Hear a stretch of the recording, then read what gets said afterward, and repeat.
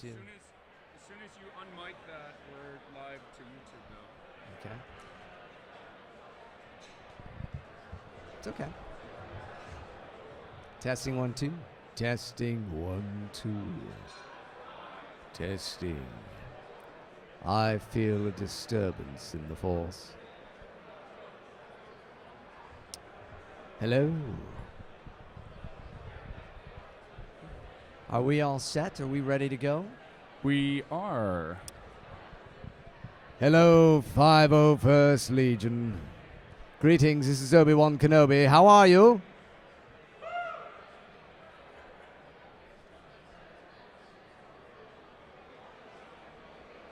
Hello and welcome, James Arnold Taylor and JC Reifenberg here for the Comlink.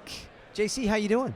I'm doing great. This is the 501st Celebration Anaheim Bash. Have you ever been to one of these before? I have been to many a 501st Bash at Celebration, but this one seems to be the biggest and the best. And I can't deny the fact that we're here makes it even bigger. I can't believe how many people are here already, especially in Los Angeles. Yeah. Which is the land of like fashionably late, show up late, and be cool. No. I mean, this place has only been open for, what, an hour? Less than an hour? And Barely, it is hopping already. It is. Lots of activity happening here. Star Wars Celebration Anaheim has been the biggest Star Wars event I have seen in a long time. Hosted Celebration 6 on the main stage. That was fantastic. This blows it away. We've had some fantastic shows there. We'll talk about that. But, JC, tell us about the Comlink first.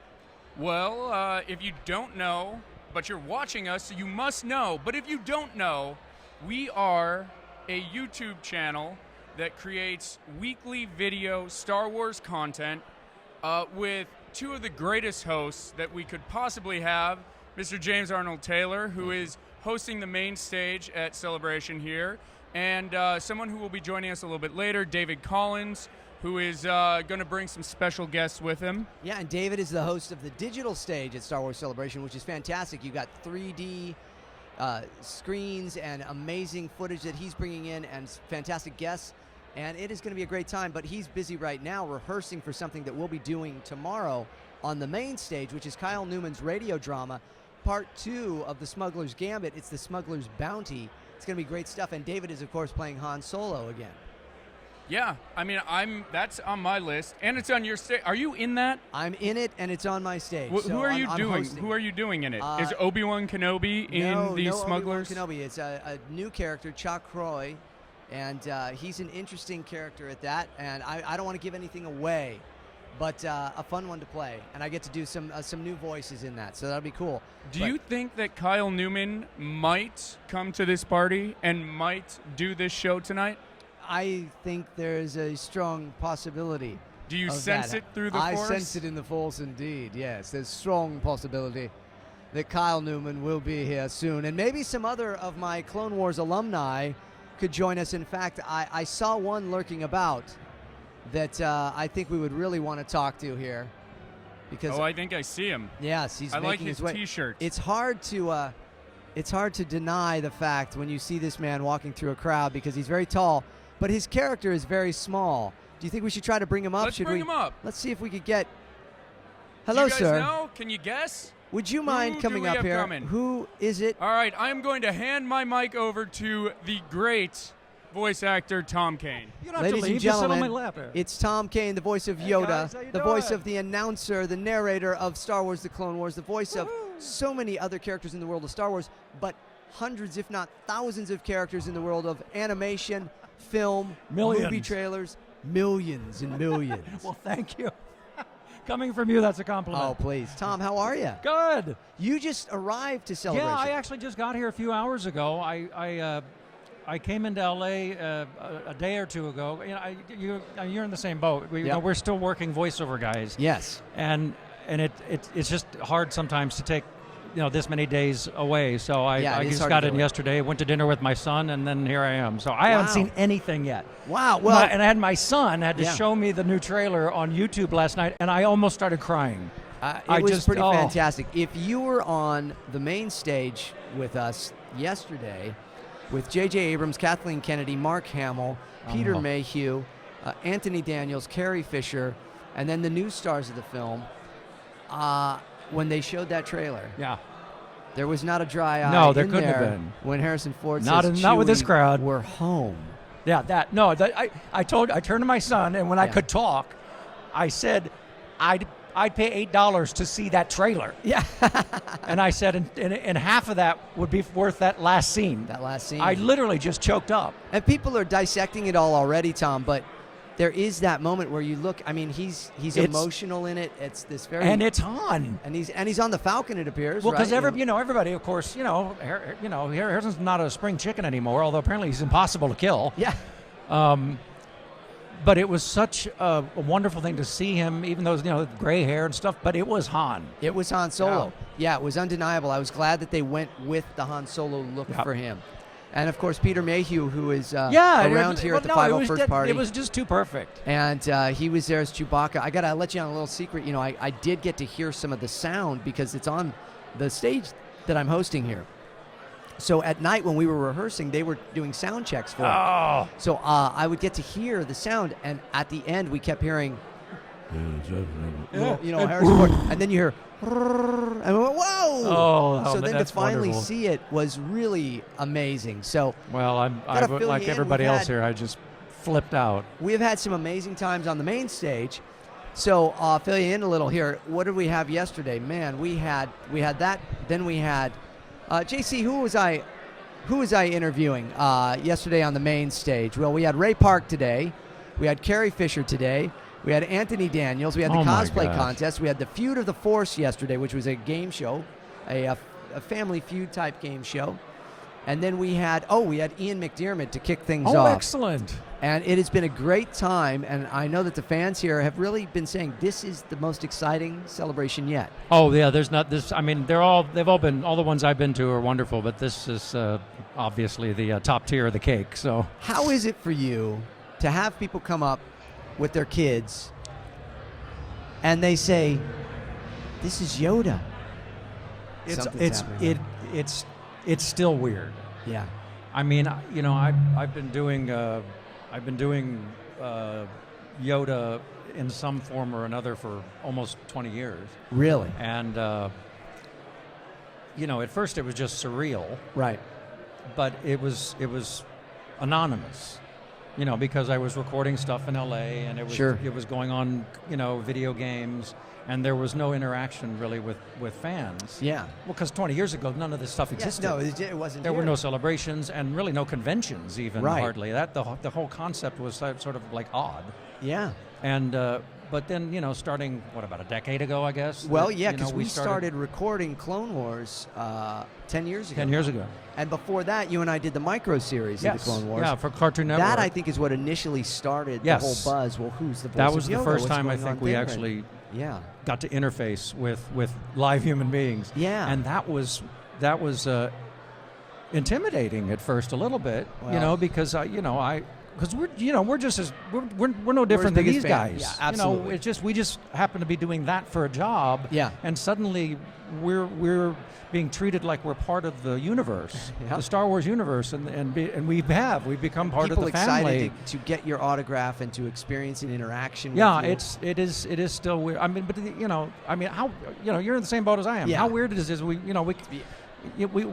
go to these things and it's like hi Peter Mayhew and oh hey Mark we've done series with Mark Hamill and we sit next to him and you get used to it, but there's always that moment when you first walk in, you're like, how did this happen? Yeah, it is a very surreal time, and that's what makes Star Wars so great is that it's open and welcoming to everybody, even us that come in to take part of it. But it's a whole new family. Oh, feedback.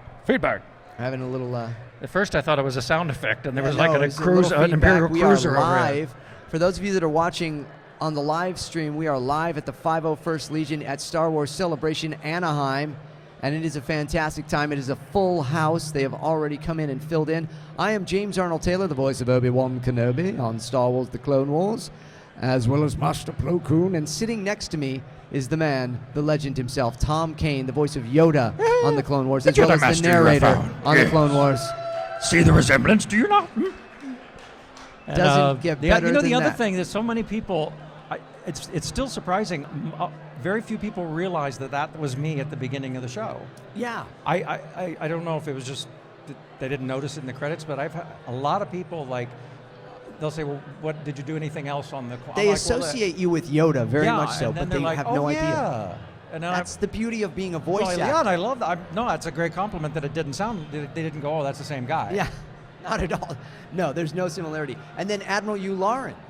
Oh yes, yeah, he did. He didn't have a lot to do in the last few seasons, but he was there. But a fun character. There's actually something though you have, and it was on your phone, I think, even the last time I see it. That picture of you. One of the artists had done a Yularen for a book or something, I think, and he drew one with my face.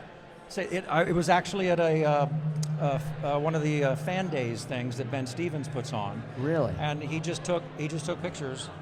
And got your face without you knowing. And used it, and he's always got a mustache, which of course I cannot really do. This takes me 6 weeks. You're doing it pretty good though. I mean, pretty good. Well, yeah, it is a great time to do these characters and be a part of this world and to share it with all these fans here. Pretty good party, pretty good turnout for the 501st. And we're both honorary members of the 501st Legion, are we not? Yes, and I didn't bring my badge. I do have good excuse of I have 2 5-year-olds, and I've had to start locking the door to my studio because about a week and a half ago, I found them sitting on the floor of my studio, playing with all the stuff that they'd taken off my shelves. And I'm like, no, those shelves you don't touch. Not at all. I mean, there's stuff in there that is gifts from fans and drawings from fans. I'm like, you don't get to play with those things. Those are cool, Dad. But they helped me pack. Oh, and I'm fairly certain, because I had 2 badges. Because I got two different colors. One was all those silver. Those are so cool. They're both missing. Yeah. And I suspect because I've got 2 5-year-olds and they're both 2 badges gone. So I would suspect that. So forgive me, 501st, if I'm not wearing my appropriate attire. Yes, forgive us. Sorry. So, and forgive us if there's a little feedback there that keeps coming and going. I would say just keep it down we don't low. Need it. These folks here can listen, but we don't need to go too loud. I think I see another Clone Wars star in the crowd, and I don't know if we could possibly get her to come out and visit with Tom Kane and I. Who would that be? Oh, she's looking and she's going, she's hiding I don't behind know, maybe. tall men. I mean, if James leaves, then maybe I could come up there. But do we have another microphone? Yes, we do. Let's see if we can get James Arnold Taylor here on the Comlink channel. We are live streaming from the 501st Legion party at Star Wars Celebration in Anaheim.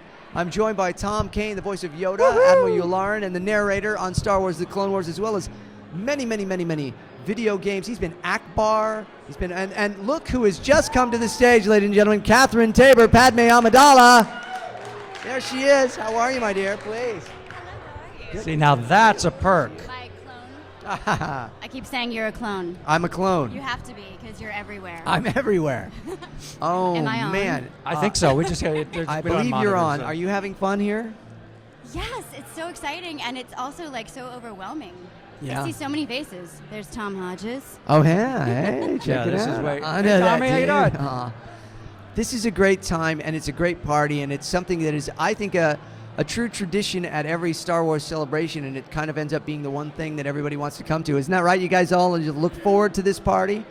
How late will you all be here? 1, 2, 3?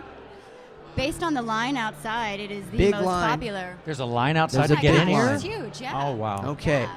Well, yeah, All that's because of you and me and, I see Dee and Bradley James. Baker. Yeah, that's right. Oh, wait. They heard I we were sense here, so. the presence as well of another Clone Wars celebrity. Do you guys want us to bring up another Clone Wars celebrity? We have a bit of a Clone Wars reunion here. Okay, if he's willing. He's shaking his head no, though, is what I don't understand. We can see him. We can Speaking see of you. clones, This is amazing. There has to Dee be like Bradley 5,000 Baker people here. is This in the nuts. house. You guys can't tell, Come but on, this is Dee. a giant part. Come on Hey! up. Look who we've got. Yeah, there is. Please, crash it. Come on. Come here, You look. can sit on my lap. I only need half a chair. We can share the chair between us. We got another one. chair. So many chairs. Look at that, chairs flying in. And this is, I'm telling you, they don't mess around here. Hey, you guys. Now, there James may up here. not be a panel for the Clone Wars voice actors at Star Wars Celebration, but there's one right here on the Comlink, on the live stream at the 501st Legion Party. So this is a pretty significant moment, all of us here together like this. What do you guys say? 501st, yeah? Good? All right. James Arnold Taylor here, the voice of Obi-Wan Kenobi. Catherine Tabor, Padme Amidala. Tom Kane, the voice of Yoda, the narrator, and Admiral Yularen. Dee Bradley Baker, the voice of every single clone on the Clone Wars. Sir, yes, sir. As well as how many, like some of these other characters. You played, so many bad guys as well, but some Yes, some Admiral senators. Trench. We saw the demise of Admiral Trench today. Yeah. Which actually made me sad. I really like the invertebrate arachnid face of Trench. I just find that really cool. There was a sympatheticness to that evil character that I thought was really awesome, and it made me a little sad. Yeah. I got a clone back, but I lost Admiral Trench. Did you come up with the noise that was just? Oh. Look at that. Now we I mean, all was have that your idea? Because I thought that was, to me, that was the coolest thing about that, the vocalization you were doing. Cool. It was so arachnid. Yeah. Well, they threw me. They said he's like a spider or something, Yeah. and he had these little pedipalps and Yeah. and Oh, yeah, things he was around his great. mouth. He's a big And it's tarantula. like, what do you do with that? I don't know. It worked. It was my favorite part of Yeah. what you did. There in were there, so many and they animated moments like to that when Yeah, they we did. It was were pretty cool. recording, and I remember one. I don't remember what character it was, but they were like, he probably sounds kind of like a fish, maybe something, and they always would throw it to Dee. And can you hear me? little closer maybe, or get her mic up just a little more. Oh, there we go. Yeah. Now can you hear me? We have to eat the Try mic. this one. See if it's Now different. can you hear me? There you go. There it is. So I remember we would be in sessions, and Dave would just throw Dee stuff and be like, this guy, he kind of looks like a fish, so maybe, and you would just be there, and suddenly you would make these fish noises, and You make a fish person right there. whatever they threw your way, you could always just like, yeah, I can do that. Without missing a beat. Well, Yes. and the stuff that Dee does, it is a real niche in the voiceover industry. There really are very, very few people that do that kind of thing. I mean, he's kind of become the guy. Everybody sort of. Dee Frank Bradley Welker Baker, was this the is your prototype life. of the Weirdo. guy that did that, and it's kind of become I'm Dee that now. weird so. kid. The weird kid. Yeah, we were the. I actually was. This is not a joke. I was tied to my chair with jump ropes in first grade, because my first grade teacher got so fed up with me just not Doing voices. sitting still. And I always go, well, who's got the last laugh now? I've turned my weird mental illness into a career. Yes, you have. Aw, sweet revenge. Hey, I've got a new show on the Comlink, and it's called A Certain Point of View. And Catherine has been lovely to join us on the show. Anybody seen A Certain Point of View yet? And it is a Star Wars debate show where we debate the hot topics of Star Wars. And we could do one right now. Yeah. With all of us here. Does anybody have a topic that they feel is worthy of debate in the world of Star Wars? What's that? Han shot first. Well, we've been saving Han shot first Is there on the debate? show. Oh, because Han how do you shot, yeah. really debate something Is there a that debate about that? I isn't don't know. even debatable? I don't think there's a debate. Is there another one that we would like to throw out to these guests? Now we've talked about Jar Jar We talked Binks. about Jar Jar, We've yes. talked about Poor Jar Jar. yes, Disney using Lucas's treatments and such. Right? But we've had many different ones. Now here was one that we brought up. I think it was on your show that was really interesting. Okay, guys, We have Return to of the get you. Jedi. We have to get you in the middle though, so it's the authentic feel Oh of the yeah, show. the real show. Yeah, Okay, here, yeah. let me flip around. You go there. All right. Now, normally on the show, I'm sitting in the middle, and this is the set. I think they're rioting Okay. in there. So There's a riot. here's the debate topic, guys. It is in Return of the Jedi, Luke Skywalker force chokes a Gamorrean guard. Is this going to the dark side when he does this? Let's start with you, Dee. Yeah, I'm going to say yes. Wow, that's a quick debate. That was easy. What you do start. you You start. think? Yeah, force choking. I'd not thought about that before, but I would have to say there had to be a little bit of that there. Yeah. Because it is not something that a Jedi would just normally just go and choke somebody, right? Right. Well, Cat, and what do he you- was the guy was unarmed. Yeah.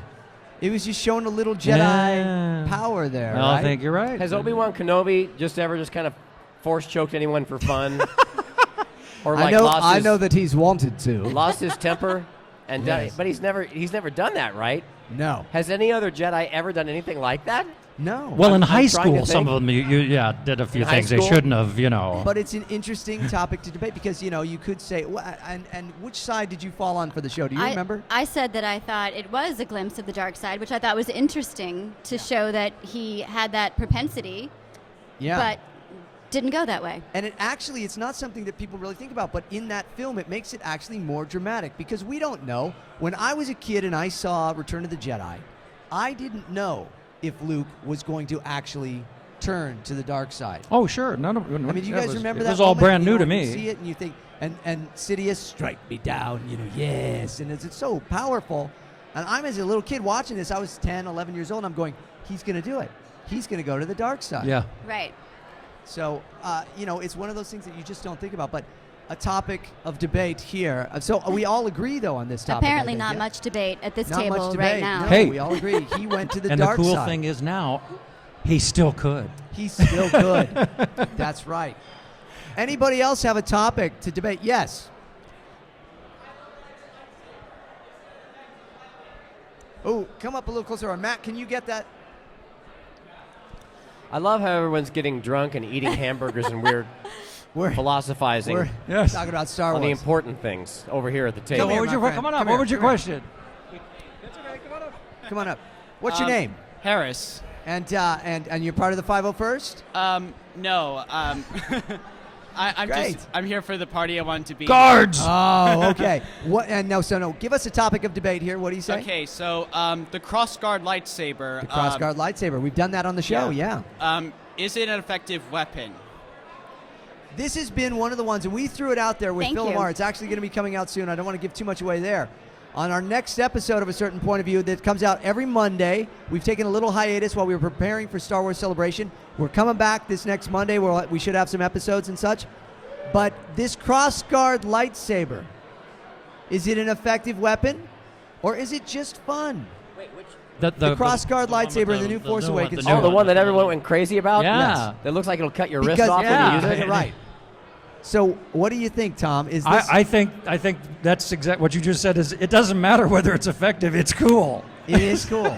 Kat, what do you say? But you do know. I mean, in real life, if any of us actually had a lightsaber, we'd cut off a foot within about 30 seconds. Exactly. There's just no question about it. Exactly right. It's like holding a gun that's constantly firing.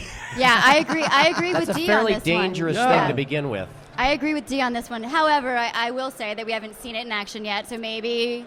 We caught another glimpse of it yesterday in the new trailer that was brought to us, and it looked like it was in action pretty good. The trick would be you just hold it down lower, right? Yeah. It's not up there, and it still looks pretty. We caught a cool. lot of glimpses, and I want to start shutting down the glimpse machine. Yeah. And I want to. I I want agree. the. But let me I say, don't wanna didn't know you think it was more. cool that it was still more of a teaser? It was not. Let's tell the whole movie because that's what they're always doing. I don't want to see that trailer, like most trailers, where it's like 2.5 minutes long. Yeah. And it shows you the entire movie Yeah, I from don't- beginning Although the to best end, part about those trailers is Tom Kane's voice in it. except for Tom this Kane's voice. For 35 years, you've seen Star Wars like this. No, but I agree. I watched the trailer for the first time last night, and I agree completely. I don't want to see it again, even though I want to. I'm not going to watch it again, and I don't want to see another trailer. I don't want to see one more scene from That's the a movie debate in until and of I'm itself. sitting there That's like, and you the know- You're the absolutely lights right. go down in the theater, and I start bawling like a 2-year-old. That's actually When I see that crawl, episode 7, I'm not going to be able to breathe. So. Kat brought up a good point. That's a good debate topic. Do we want more Star Wars trailers, or do we want now? We've been satiated, and now wait till Christmas. Open the gift at Christmas time of this new amazing movie. What do you guys say, Dee? Do you want to see any more? No, I'm already in my mind. I am standing in line to see Star Wars right now. All right, And Kat. I don't need any say? more incentive or any more spoilers or any more. Oh yeah, it's like seriously, Disney and Lucasfilm need to save the $30 million on advertising Because they're not going to get one more person to go stand in line. It's not like somebody's going to go, yeah. that looks Invest interesting. that- well, Maybe it's I'll interesting. check that out. Invest that money that you would save on doing all the trailers that people will go see the movie anyway. Yes. And invest that into making a standalone movie for Bad Batch and Clone Wars. And release good that idea. separately. There you go. Very clever, Dee Bradley Baker. Catherine Tabor, what do you say? Do you want to see any more Star Wars trailers, or do you want to be done with it at this point and just take it all in? Yeah, I'm kind of with Dee too. Like I feel like the more that comes out, the more dissection there is. Right. You know, and the more like. It's already been taken apart Yeah. frame by frame, right? Exactly. There's that handprint, that kind of bloody handprint on his helmet as he takes it off. That's like for a frame, you know. But people are already taking that apart. All the various things. So let's just keep it the way it is. I think we all agree. So there's no debate. Okay. I once think again- we're in I the think we have a minority though. consensus. Actually, Are maybe we in the this minority? room. I know. I'll ask tomorrow on the main stage when I'm sitting there with 5,000 Mark Hamill fans, and we'll see what they say. Yeah, they want more. Now, I don't know if y'all know this. I just got back from the main stage at Star Wars Celebration where I interviewed Anthony Daniels, and Anthony brought a little surprise for us. He showed the trailer one more time, and the room erupted. So it was a pretty magical moment to see it again on that big screen with that amazing bass rattling and Han Solo saying that line, Chewie, we're home. Pretty cool. Hey, if you are watching the live stream here of the Comlink's live broadcast at the 501st Legion, welcome. I am James Arnold Taylor, Catherine Tabor, the voice of Padme Amidala, and we have Tom Kane, the voice of Yoda, and Dee Bradley Baker, the voice of all the clones in the Clone Wars. And you're joining us here. We're doing a little certain point of view live, and we're having a good time, guys. Woo! Now you can send us questions on the Comlink on Twitter, right? And that would be at @the_Comlink. And somebody we have a viewer question from Andy Vosser. Says, Letters. what voice actors? We get letters. We get letters and letters. Okay. What voice actors have influenced you guys? Catherine, let's start with you. Do you have any voice actors that have influenced you in your work? Yeah, I mean, honestly, I'm sitting here with them because when we first started, James, you guys had already really been doing it. You were legends, and Matt and Ashley and I were much newer. And we always say it was like going to Harvard for voice acting, to be in the room with you guys and to watch what you do. And we were, in the beginning, just like, don't get fired, don't get fired, don't get fired. And, we all think that, believe me. If I can tap onto this, though, I don't know. I believe you were there, and I believe you were there. The first session we did for the Clone Wars, and it was directed by Andrea Romano, and Catherine was not in the room. And they played us her Padme. Yes. And the room full of voice acting legends went silent, and we went, oh man, she's great. No, That I is wish I wish that was on tape because you would be. because there it was amazing. this just whole We all thing just we're went, like, what wow, the- when does she come in? So thank you for saying that, but No, honestly, you do it's quite well true. yourself. Tom, how about you? Voice actors? Well, that influence you? obviously, from my generation, it's Mel Blanc, the voice of all the Warner Brothers stuff. It takes 5 guys now to do what he did by himself, and half of them still aren't as good. And but I have contemporaries that I sit next to when they're working. Some of the stuff he does, I just go, that's ridiculous. It's And mind-blowing. when I'm working with Jim Cummings, Yep. I'm sorry. I know he was nominated a couple years ago. He should have won an Emmy Award for Hondo. Yeah. Hondo I Anaka. believe I mean, that's one of the best Hondo- characters to Hondo come on the out of Clone that Wars, series. Jim Cummings took a character Oh. that was going to be basically a one-time cameo and turned it into this character that is beloved and is now, making all these appearances on the Clone Wars, and then you never know where else he might show up. He's a fantastic character, and that's due to Jim's brilliance in looking at the script and then going, can I play? And Dave Filoni then saying, yes, go ahead and play. So amazing stuff. Dee, how about you? Do you have any voice actors that have influenced you? I'm going to say Peter Sellers. Really? These aren't voice actors, but they're actors that do what we do. I Peter didn't think of Sellers, Gary Oldman, and Alan Rickman.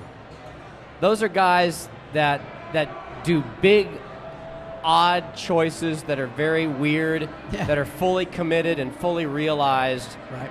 And that to me is what I would shoot for vocally. Those are my guiding stars, along with the obvious ones that you would think. I would say that's really interesting. Yeah, you I say didn't that. think That's about the very on-camera guys, accurate, but you're though. right. Very accurate for you and what you do as well. Well, and then Catherine asked me the question. Let's pretend. So, James, Yes. what voice actors have influenced you? Oh, my goodness. No.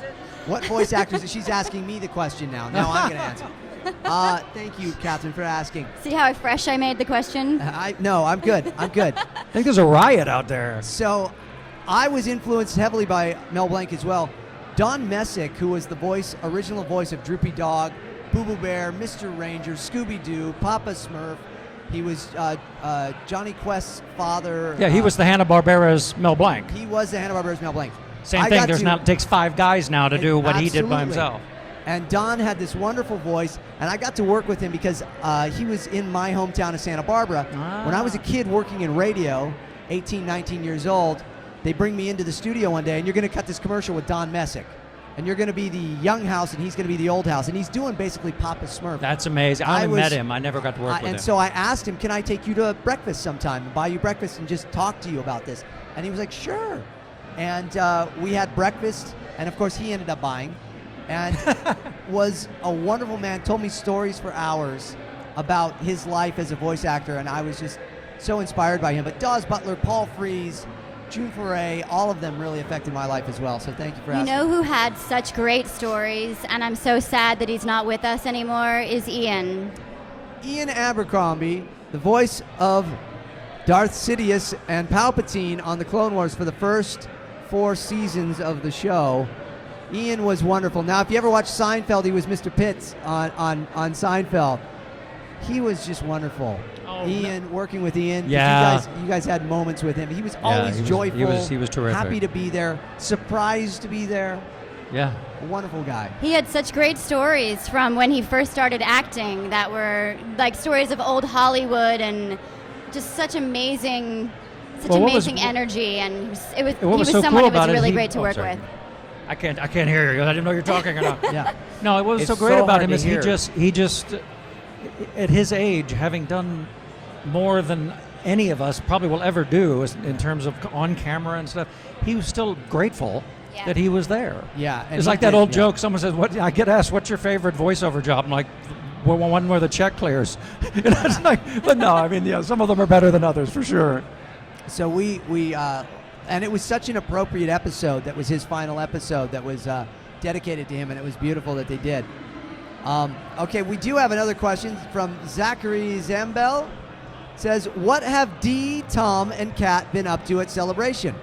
You're not asking me because you know I've been hosting the main stage, I guess, but they've been on the main stage and will be on the main stage. I know tomorrow all 3 of them will be joining me for Kyle Newman's radio drama, The Smuggler's Bounty, Part 2. Smuggler's Gambit was the first one. Smuggler's Bounty is the second one. You'll all be in that radio play. But Dee, you and I have had fun every day here so far on the main stage. But what have you been doing at Celebration outside of that? Well, we did like the game show last night. Yeah. We did a Family Feud type game show with the light versus the dark, and the dark side clobbered the light side. It was really humiliating. Sam Witwer, man, he was tough act to follow. And then today we had an awesome cosplay contest that you and I emceed, and that was a lot of fun. It was a lot of fun, and we had Dave Filoni as a judge, Ashley Eckstein. I Amy Beth mispronounced Christensen. something, but it actually was. It actually, I read it as written, and it actually wasn't my fault. Yes, I just wasn't thinking about what I was saying. But let me But set I it up wouldn't for you. change a thing about it. Let me set it up for you. So we had the cosplay contest today. Dee and I were not the judges. We were the hosts of it. They write all this out, and at one point, Dee says it's a crotched, etched ball. But it was supposed to be crocheted yarn thing, and there was quite a moment there. He's got the script. He's like, he took a picture of the script to show. He didn't read it wrong. But anyways, it was a lot of fun. So, Kat, what have you been up to here at Celebration? Well, as Dee said, we were up to getting our butts kicked by the dark side. Yeah, that was tough. It was a sad day I in tried the galaxy. helping you guys. I did I know. try. I know. I said that I think that the show was sponsored by the Empire. I think it was. I think Clearly. it was fixed. And I blame Daniel Logan for all of it. Daniel Logan was on stage with us last night, and he's quite fun, very low key, not a lot of energy. If you know Daniel. All right, hey, is everybody having fun here at the 501st Legion Party? Yes. Wow. James Arnold Taylor here for the Comlink, broadcasting live. Hey! Wait a second. There's a man on the stage. There's DJ a man Elliot. on the Ladies and stage. gentlemen, it is DJ Elliot, the music master of the main stage at Star Wars Celebration Anaheim, and he is DJing here right now, right? He will be out here spinning the tunes for you all and giving a shameless plug for himself on my shirt. Yeah, look at that. Okay, let me get that for you. I'll talk like this, Elliot. Very good. Elliot has had a wonderful time with Mark Daniel on the main stage with us, having a great time. He's going to be spinning tunes for you all night, and we are doing a live broadcast here at the 501st Legion Party. This is a tradition at Star Wars Celebration, a wonderful time, and I have with me a Clone Wars reunion. Catherine Tabor, Tom Kane, and Dee Bradley Baker. So, Tom, Let's you do a just script. Let's read through a script. Yes. Let's just read through one of our scripts. Somebody have a script? I had one. Tom, what have you been up to? You just got I here. just got here a few hours ago, so I've seen nothing, I've done nothing, and I can't wait to get there tomorrow. And this will be the first celebration I've been to where I actually get to walk around and look at stuff, because every other time, when they've got you signing and then doing press stuff, right? By the time the end of the day, the show's closing, and it's too late. You've missed it. Yeah. And so I'm looking forward to just wandering around for the next 2 days and having fun. So. Well, you'll join us for the Smuggler's Gambit. Well, we're doing Smuggler's Gambit tomorrow, which again is, I think you guys are going to love it, because we actually practiced this time.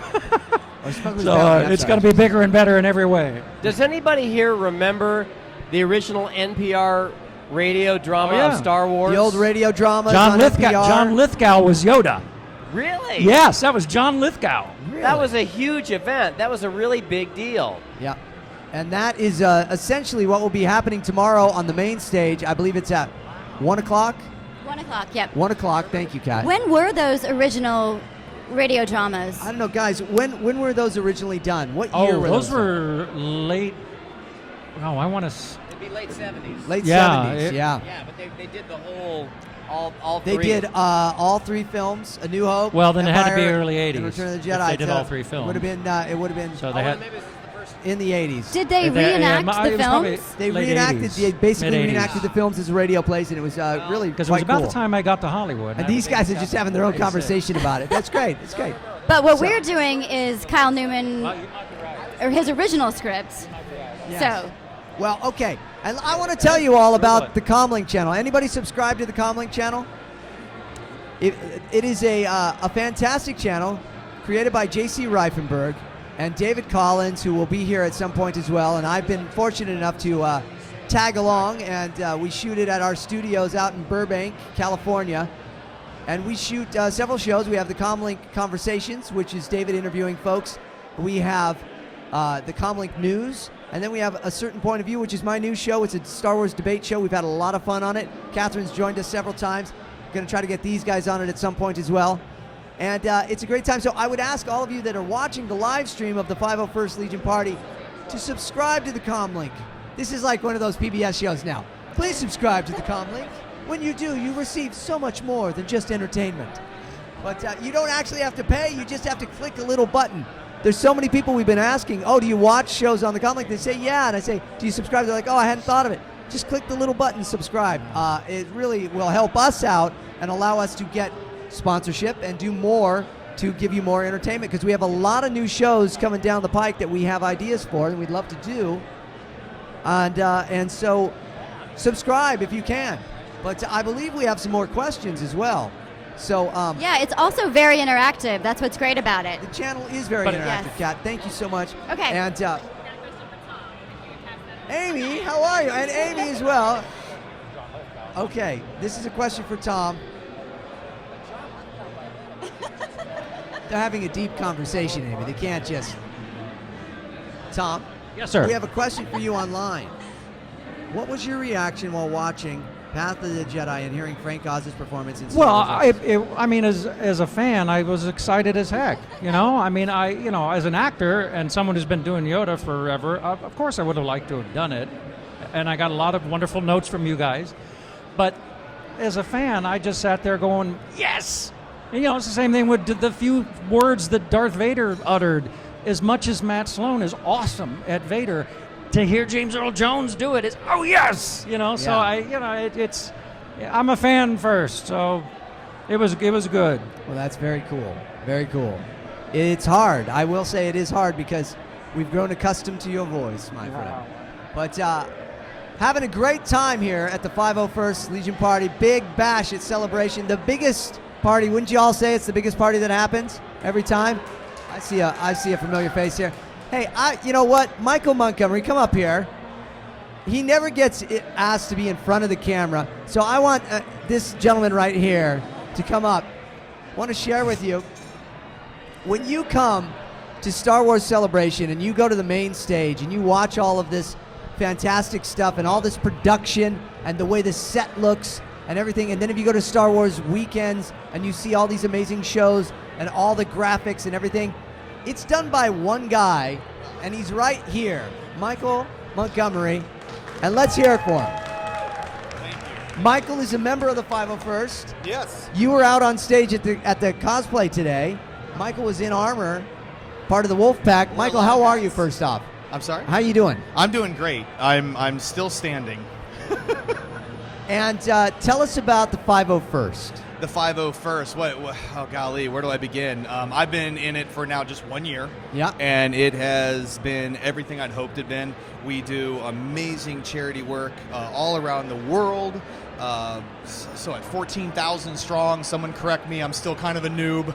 And we'll get Scott Allen out here later to talk about it all you as guys well. can talk deeper about it. But your experience, though, just the camaraderie absolutely. and all that. My it's family. It's Star Wars, which is family already, and then it's this new family that I didn't expect. I'm overtaken by how these guys and women just come together every day, every week, and troop and help people and selfishly just it's a wonderful things better. organization. You all are to be applauded for what you do, and we thank you. Let's give a big round of applause, especially all of us that aren't here because of the 501st. That's really fantastic. Michael, what does it take to put all these graphics and all these pieces together for the shows on the main stage? Well, I want to thank you for saying it's one guy, but it takes a team. Yeah. It takes a lot of hours, but as a designer, it does also take obviously love the films, love the expanded universe and stuff like that, and getting it down to I think my biggest challenge is new logos, new coming things, up with new looks every and time, not making it feel like the same thing every time. Yeah. Well, you've done a great job, and I want to just thank you very much for making thanks. my job easy on the main stage here at Star Wars Celebration, where we are broadcasting live on the Comlink channel.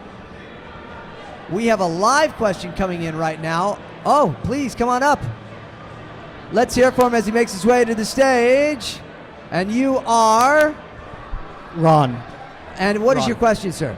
If you could voice one character from the original trilogy in an ongoing animated series, who would it be and why? Okay. Did you hear the question? If you could voice one character from the original Star Wars trilogy on an ongoing animated series, who would it be and why?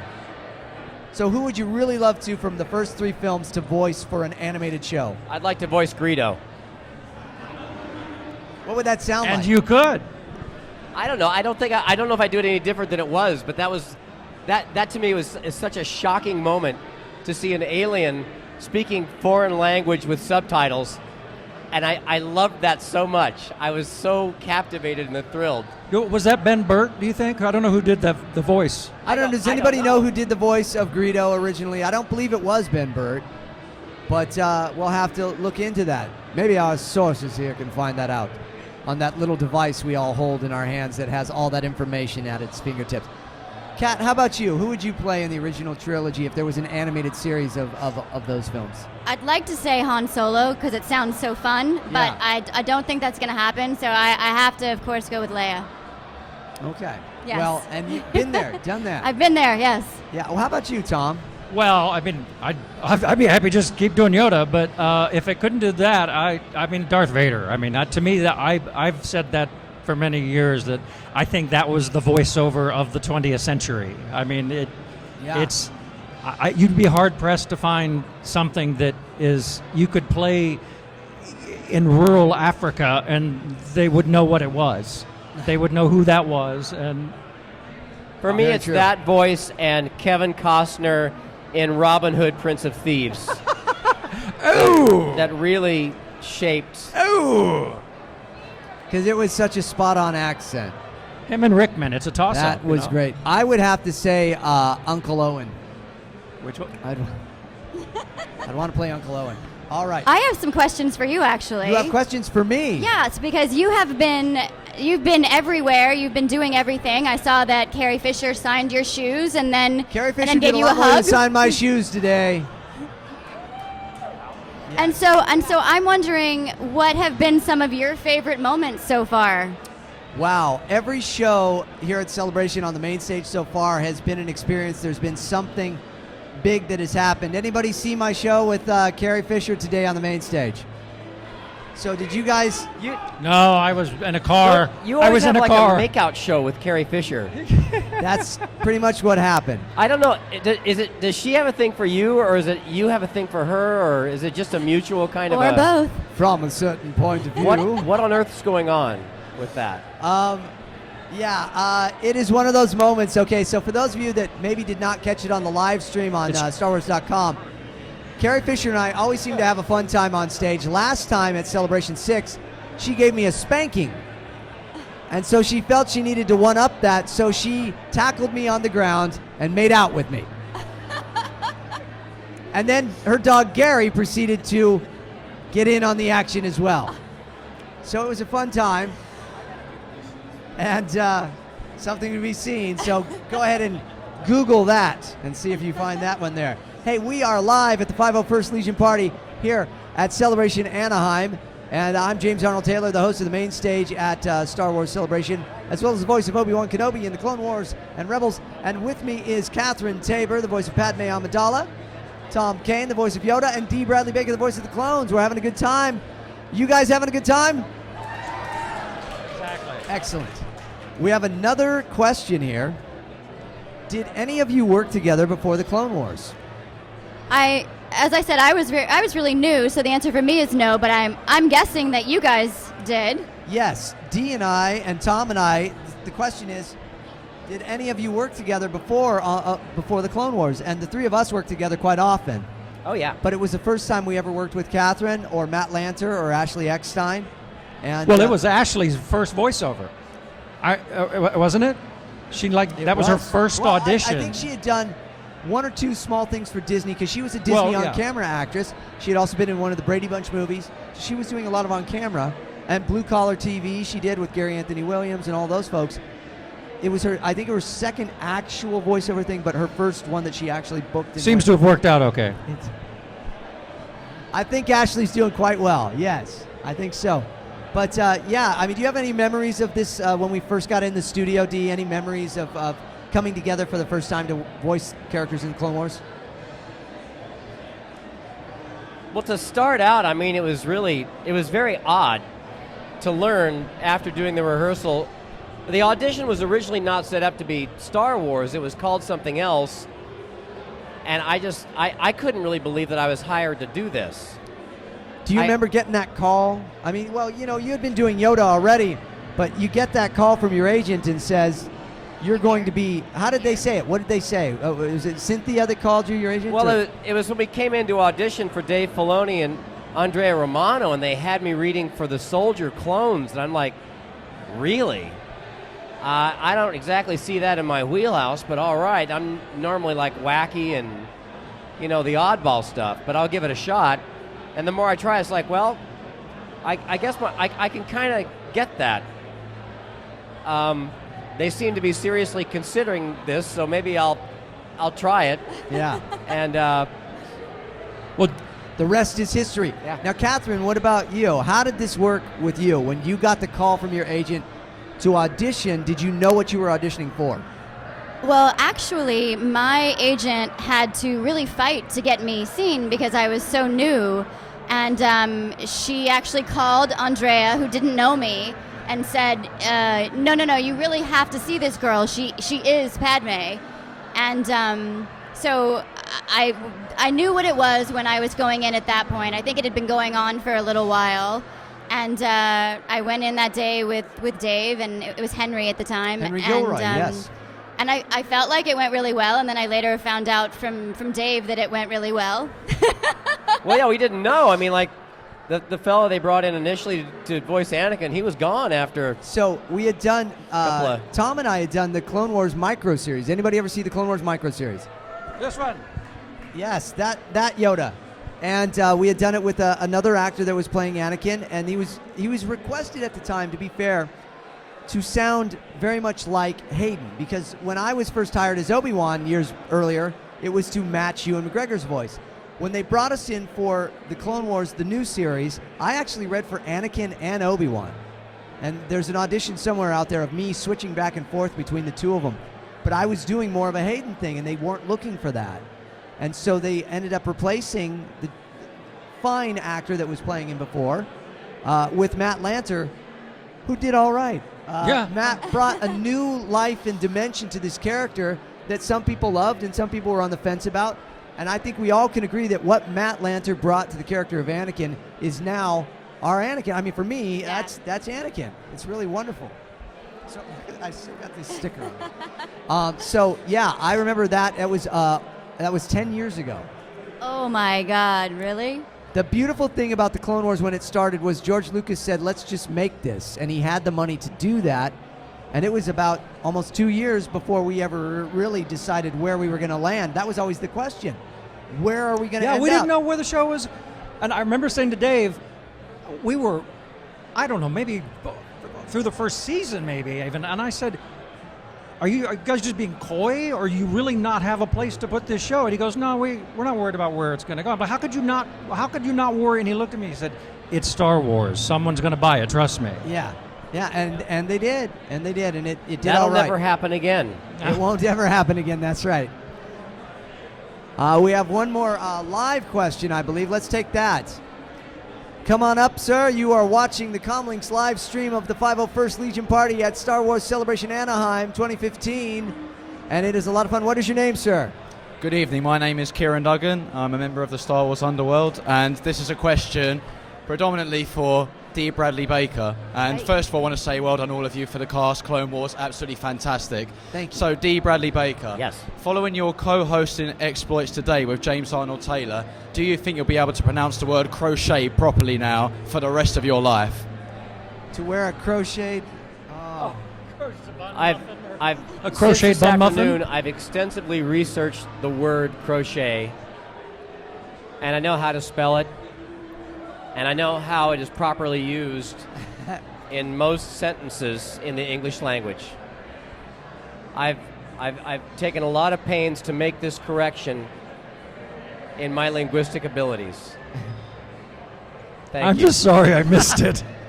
Oh, it's on video, Tom. Don't worry.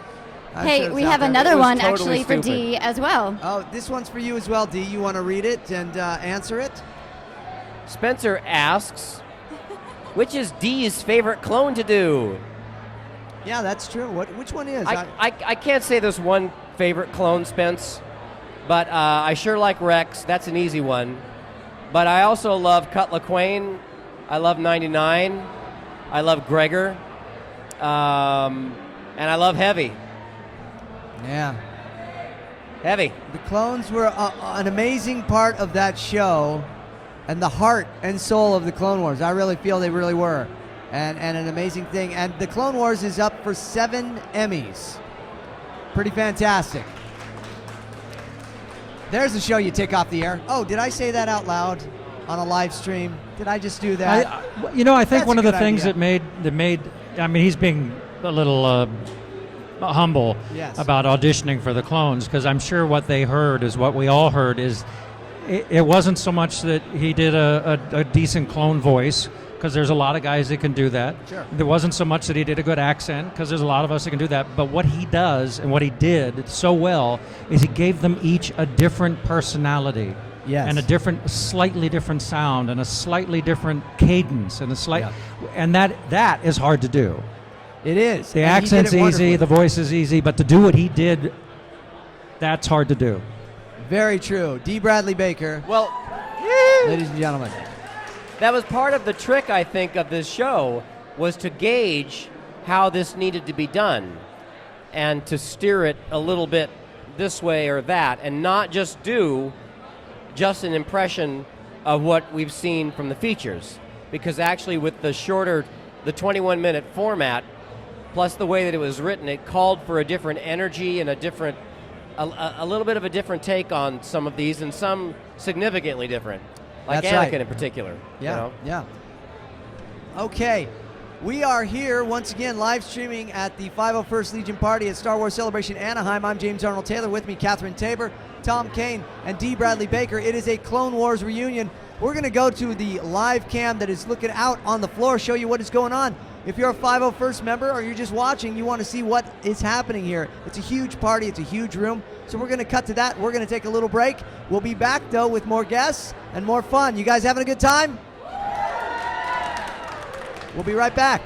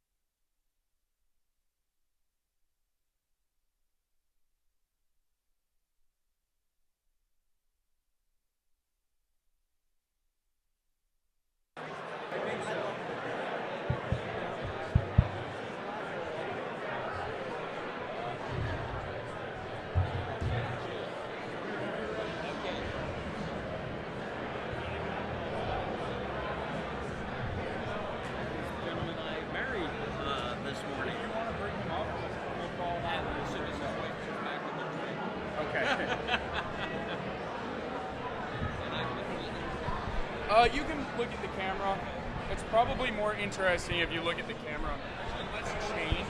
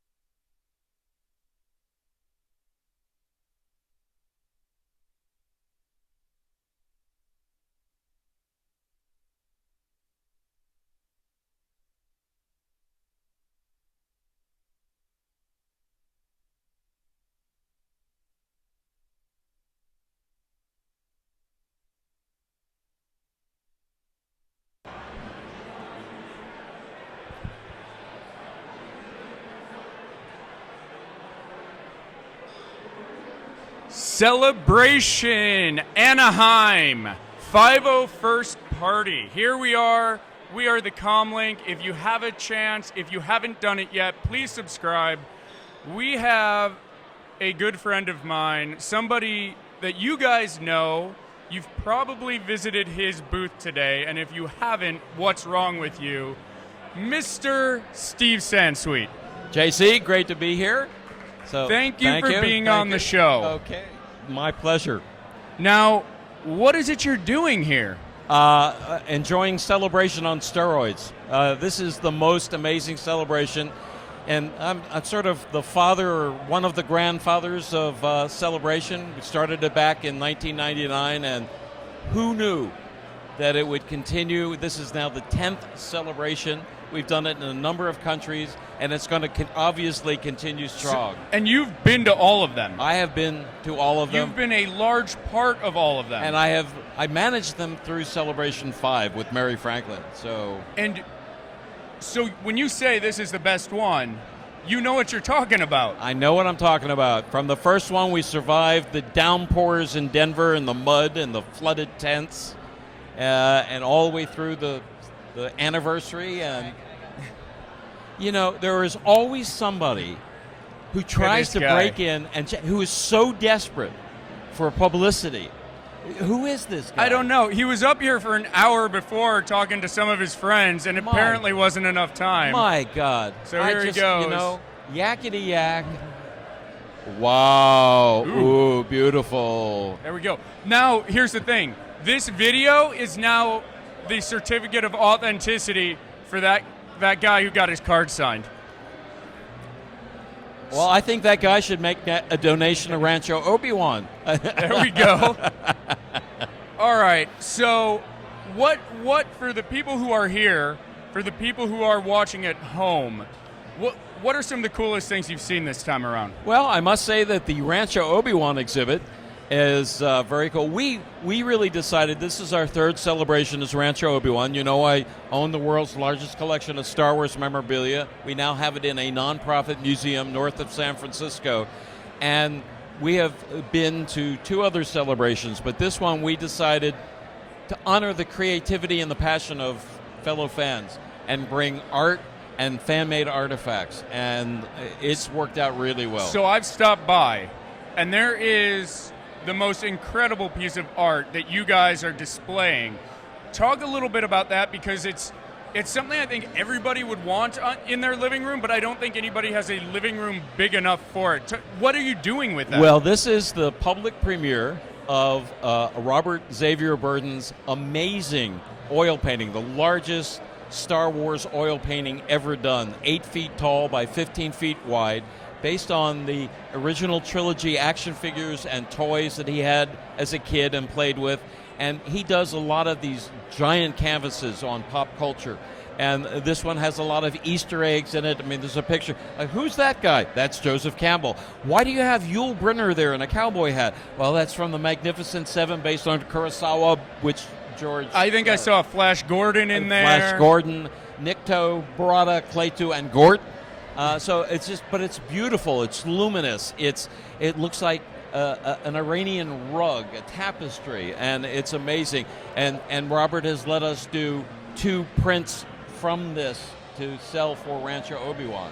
So it's a gorgeous That's cool. piece. I mean, if you haven't seen it, if you're in Celebration, if you're going to be at Celebration, you haven't seen it, us talking about it won't do it. You really have to go see it and maybe even pick up a print. I will probably pick them up. They're matching. They're kind of like side-by-side matching, Yeah, right? they're the light side and dark side action figures.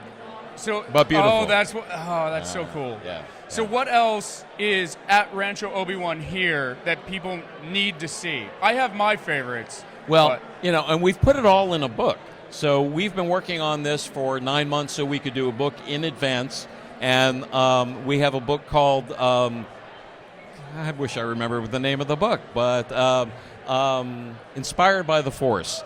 And it's the first of a series of books that we're going to do under the Rancho Obi-Wan label. And it features a lot of the same things that we have here and the stories behind them.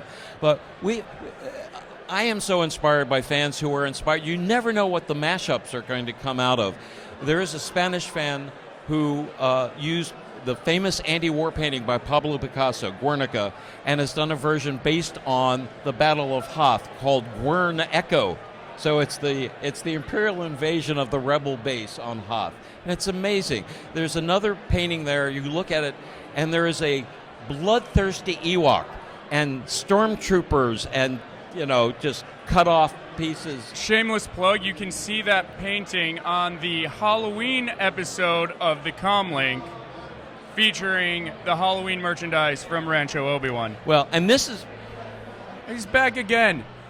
This is the people in the room's way of getting a certificate of authenticity. James is actually signing this.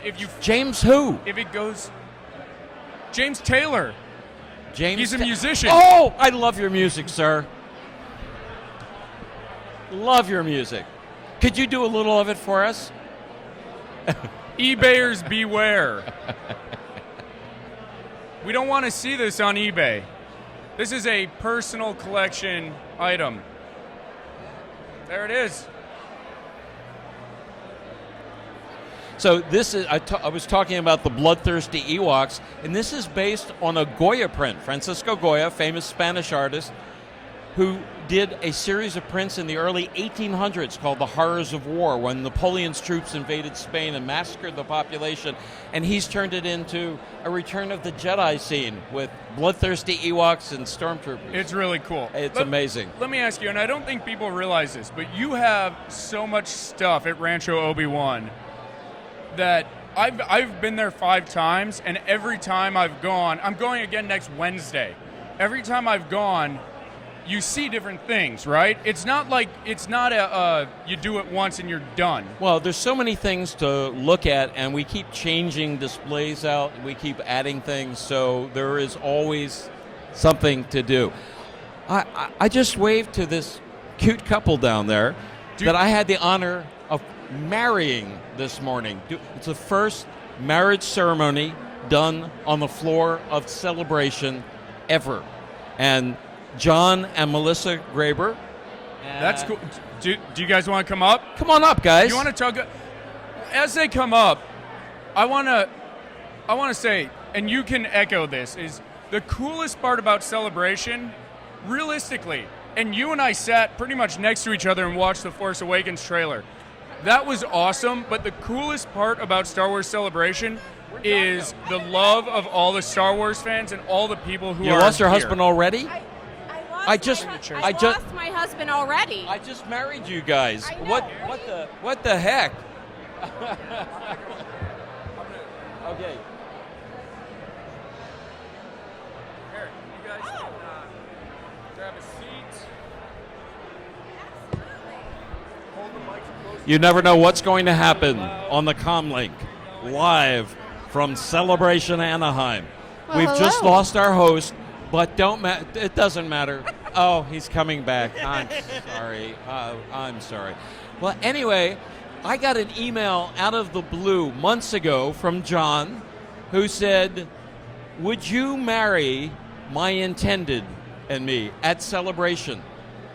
And I said, "Well, I've done about 8 marriages to date, and never done one. We've done commitment ceremonies at Celebration, light side and dark side."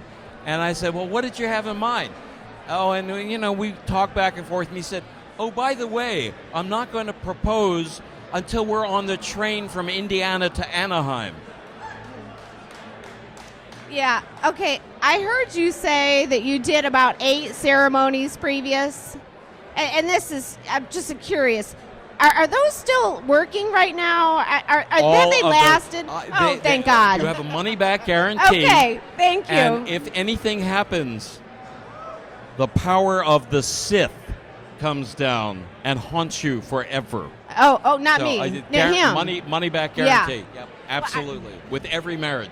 Thank you. Every marriage. Thank you. So I was a little concerned, and he said, "Oh, don't worry, she'll say yes." He was pretty confident. I did. I did. And she said yes, and he was so confident that he texted me and said, "She said yes!" Exclamation! So I don't think he was as confident as he said he was.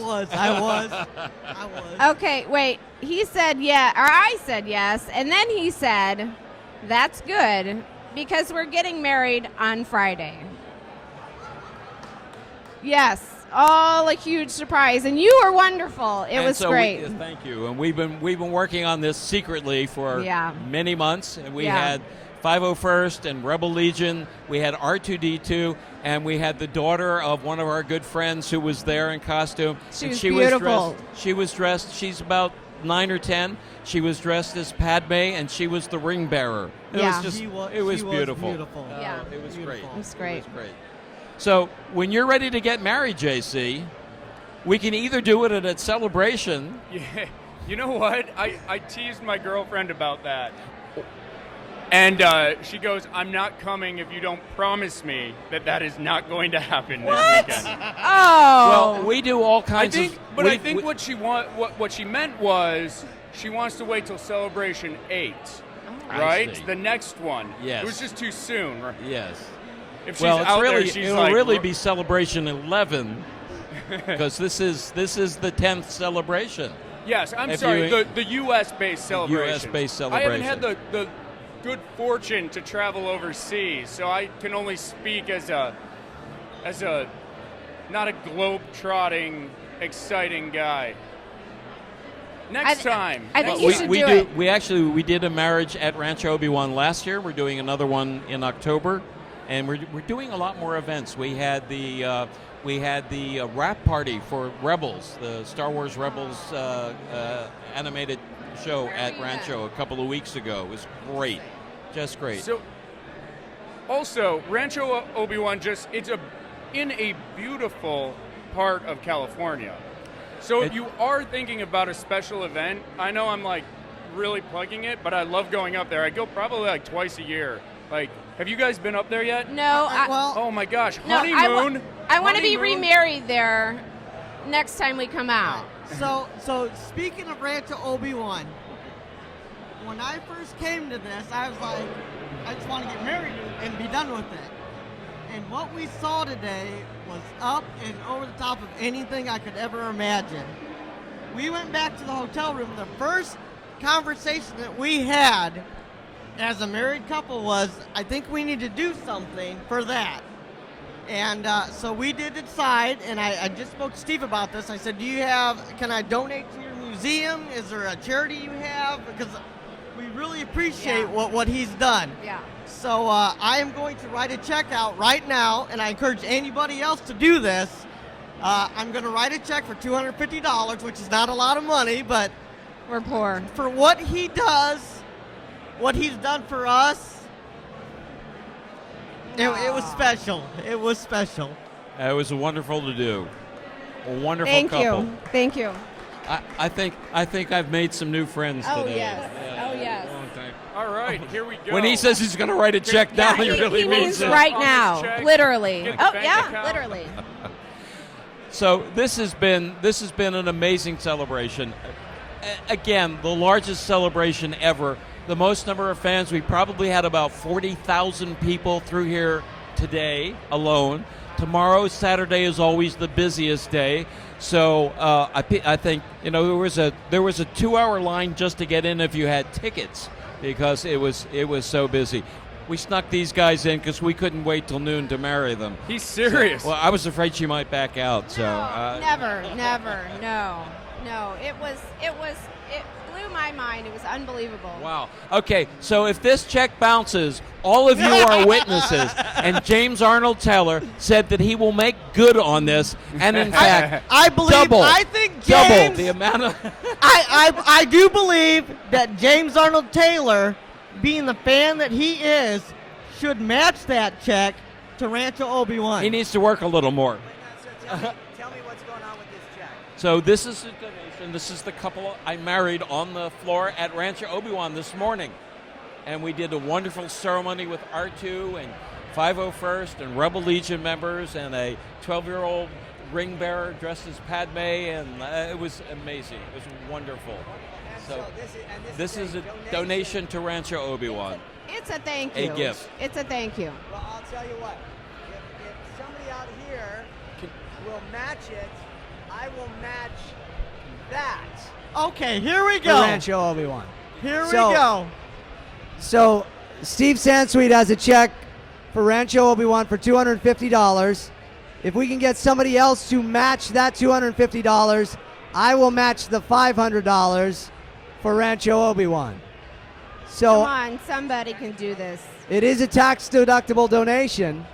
But that's So, not the reason. That's not the reason. No, but that helps. So if somebody here wants to match that to help fund this amazing place, this magical place known as Rancho Obi-Wan, put together by this magical man whom I love dearly, Steve Sansweet, and all the hard work he puts in, the tireless hours he and Ann and Concetta and everybody there put together. We have a and taker? Bob and We have a everyone there. taker.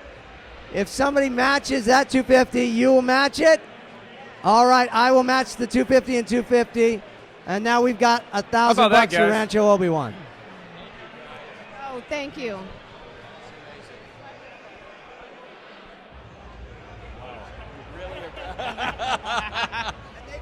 We take charge too at the booth. You can come by tomorrow. So thank you very much. Wow. Oh, holy cow. Thank you, James. We have James's Obi-Wan suit, the one that the Disney company made for James to host Star Wars weekends, and he also wore it at Celebration 6 on the main stage. So it's a real-life Obi-Wan costume that looks like what Obi-Wan looked like in season 5 and 6, or season 6, 4, 5, and 6. So that's when the style changed on all of the characters.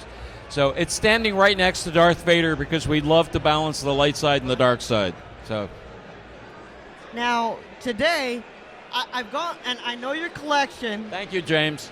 I've gone through Rancho Obi-Wan, and then today was the first time I went through it before she came in. I did not know everything you had in your booth today was fan-made. I did make a Jedi holocron little box to put her ring in when I proposed to her.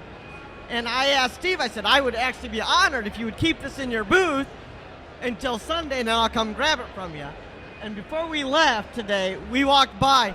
there were people taking pictures of the box I made. I was like, oh my God, this is so right. He's going to pass out. I know. He's going to pass out from the Don't let him drink excitement. anymore. Oh, or the drinking. I don't know. All right, we're going to get out of your hair. Thank you guys so Thank you much. very much. I appreciate Thank it. you. Again, you are awesome. Thank you very, very much. Appreciate it. Let's hear it for the newly married couple, the Greemers. All right. Do you have a few more minutes Yep. for us? Yeah, I do. All right, here we go. We've got some questions from our Okay, fans on great. the live stream. Okay. The first one is from Cam Miller Films, and he is interested to know, are there any Force Awakens props you already want from to put in Rancho Obi-Wan? Oh, yes. I would kill for a BB-8. I got so excited when that droid... I knew it was a practical prop. A lot of people thought it was CG, and I was told it was practical. And I thought, that's hard to believe. And seeing that live on the stage just sent goosebumps and shivers up my spine. Not because I wanted to own it. I mean, I'm only kidding. I can't even imagine. But I want to find out what it took to develop that. And the technology, and how did they make that? But I'm sure there's going to be a BB-8 toy that you can do remote control with. You know who might be able to help with that question? Who's that? I know Grant Imahara is running around the 501st party. I'm sure he could answer that question for you. I'm if you sure can he find him. could. Grant is the master of robotics, as we know. So, and a hell of a nice guy too. So. Yeah, and actually, do we have Grant and Fon?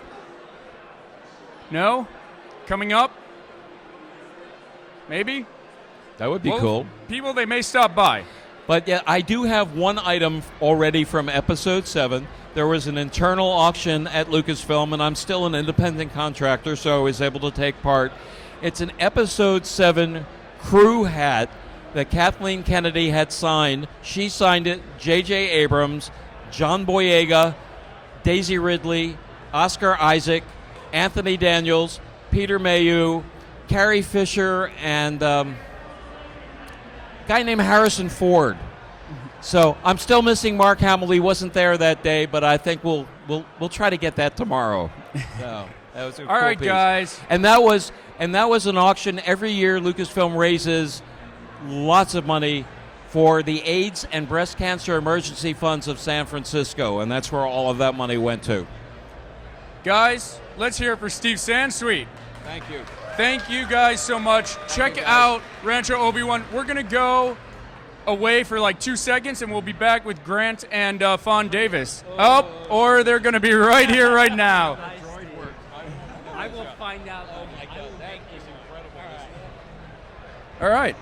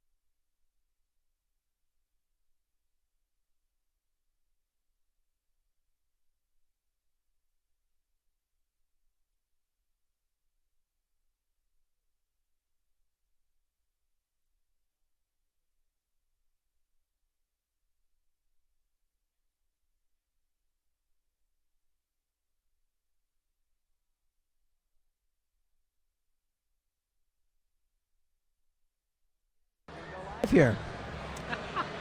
And we are back. 501st Legion. Hey, James Arnold Taylor here at Star Wars Celebration, the 501st Legion party, the biggest bash at Star Wars Celebration next to the main stage that I'm hosting the whole time we're here at Celebration. And are you having a good time? I am about to have a very good time because these two men don't know it, but they have affected my life deeply, and I am a huge fan of both of them. So I've had the chance to interview Anthony Daniels today, Carrie Fisher, Ray Park. We had Ian McDermott, and I think I'm more nervous talking to the two of you. Wow. Because, no, honestly, the stuff you guys do is so inspiring. We have Fon Davis and Grant Imahara, and first off, Star Wars fans all around here. Oh, yeah. We grew up with this. But we grew up with it, but you guys build, you create, you do all this stuff.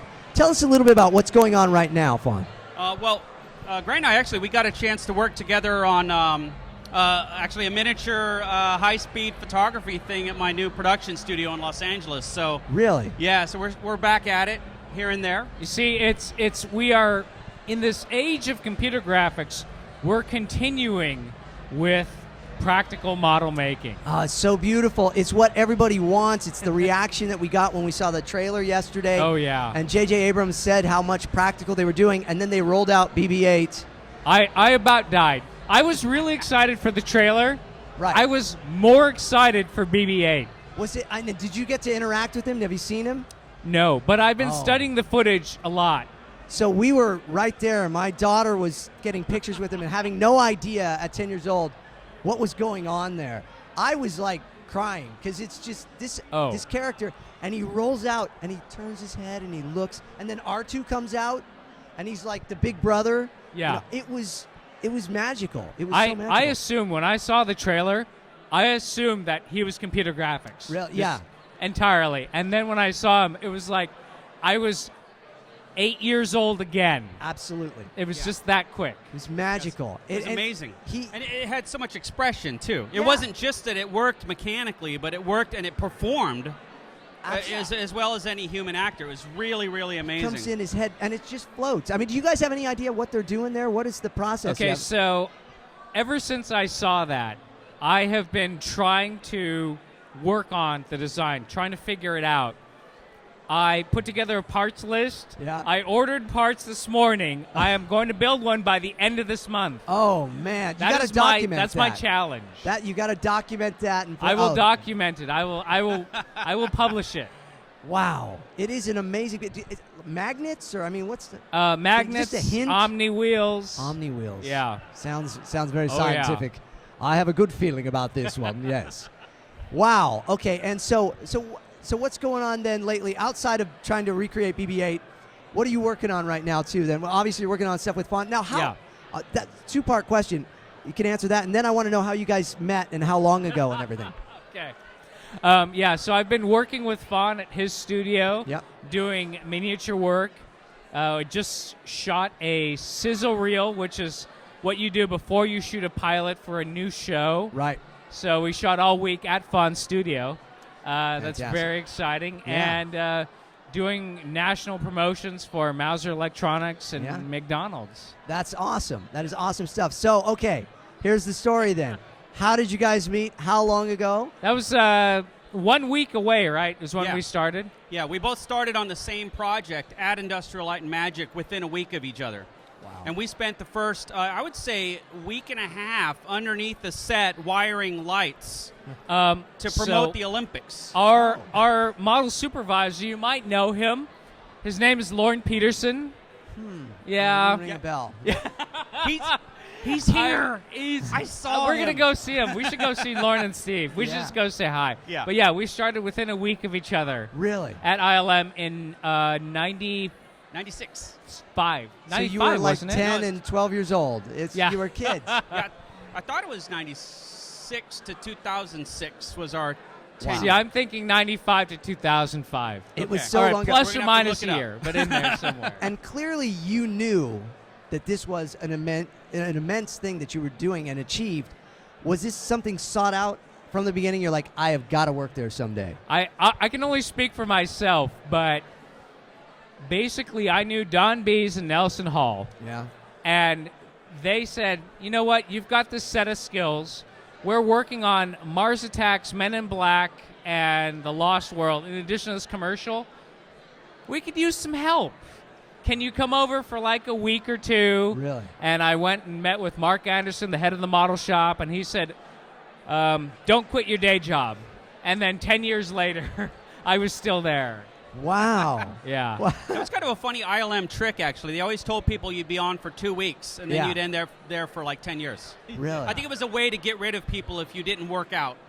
But see, Fon was part of a generation of model makers that came from Skellington. Yeah. We did. I actually started in commercials, doing Okay. Pillsbury Doughboy commercials Yeah. and a lot of stop motion stuff. Yeah. He was young. He needed the money. Yes. And then, well, because we did so much stop motion and Henry Selick worked with us, we ended up starting Skellington Productions from the ground up. We did Nightmare Before Christmas. Yes, brilliant. James and Giant Peach, and that's where I met a lot of the Industrial Light and Magic model makers because they're all Okay. freelance. And Everybody so they is. came over, they It's did just that like movie. voiceover. It's just like when we do voiceover, we're Absolutely. all freelancers. Yeah. You end up working with the same people Same over people and all the over, time, yeah. exactly. Yeah, so it was actually really great because we went to ILM. There was a big influx of people from James and Giant Peach to ILM. They called us the Peach People. Yeah. The kids, I think, is what they called you. Yeah, Those kids. But it was like basically like probably I don't know 50 people. It was a big group. Wow. But, you know, we grew up reading Starlog. Oh, yeah. And looking Cinemagic. at... Oh, yeah. And, yeah. And it's like, to see these guys in real life, it was awesome. And dissecting those pictures, right? How do they do it? How Oh, you yeah. just always Oh, see yeah. it. Oh, yeah. And now there's so much information. Is it harder for you guys now? Because information is out there on everything. Is it hard, first off, to keep secrets, but then also to just try something that's new that isn't going to just get dissected? Oh, it's awesome. It's awesome to be a model maker in this day and age. Uh-huh. When we were working on Star Wars Episode 1, they didn't have strings of LEDs that were perfectly flat that ran on 12 volts. You had to wire that stuff by hand. Oh, yeah. There were Really? no Yeah. 3D printers. We were just getting into laser cutting. Oh, it's an awesome time yeah. now. It is. It's a Well, magical time. That is like, it never. I don't know. For me, it's always been an awesome time because every single director out there wants to do something new and different. Sure. Every time you do a sequel, every time you do any movie, it's always something new and different. So our jobs, in turn, is to troubleshoot these crazy designs and come up with designs, and it just never gets boring. Now, here's the question. You probably get this a lot, but Grant, we'll start with you. Is there one thing that you have not worked on that you would love to work on, or anything that you would like to create that you haven't yet? I actually have two. You for you me, go it's ahead and I'll Tron, think. And then Godzilla. It's Tron and something else Godzilla. I grew up on. I would die. I would love to work on a Godzilla movie. Yeah. There are Tron more. movie. There are Either more of those. coming out, man. You know Yeah. that, right? I'm one in.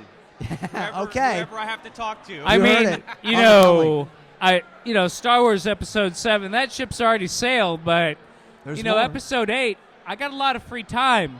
JJ. Right? Yeah. Yeah. I yeah. have to Oh imagine. man, to return to Star Wars would be amazing too. Yeah. Yeah. The ILM model shop is no longer existent, but a lot of the people are still around. Yeah. Yeah. No, well, that would be amazing. I would love to see your work on a Star Wars film. Star Wars 8, Star Wars 9, right? Come on.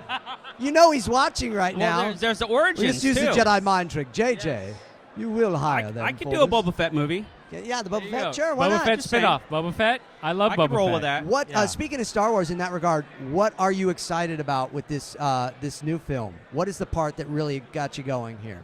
You know, having seen what JJ did with the Star Trek franchise and rejuvenating that, it's just waiting to see what he can do with this franchise. Yeah. And also seeing his commitment to having practical models, having Yes. physical props, building sets.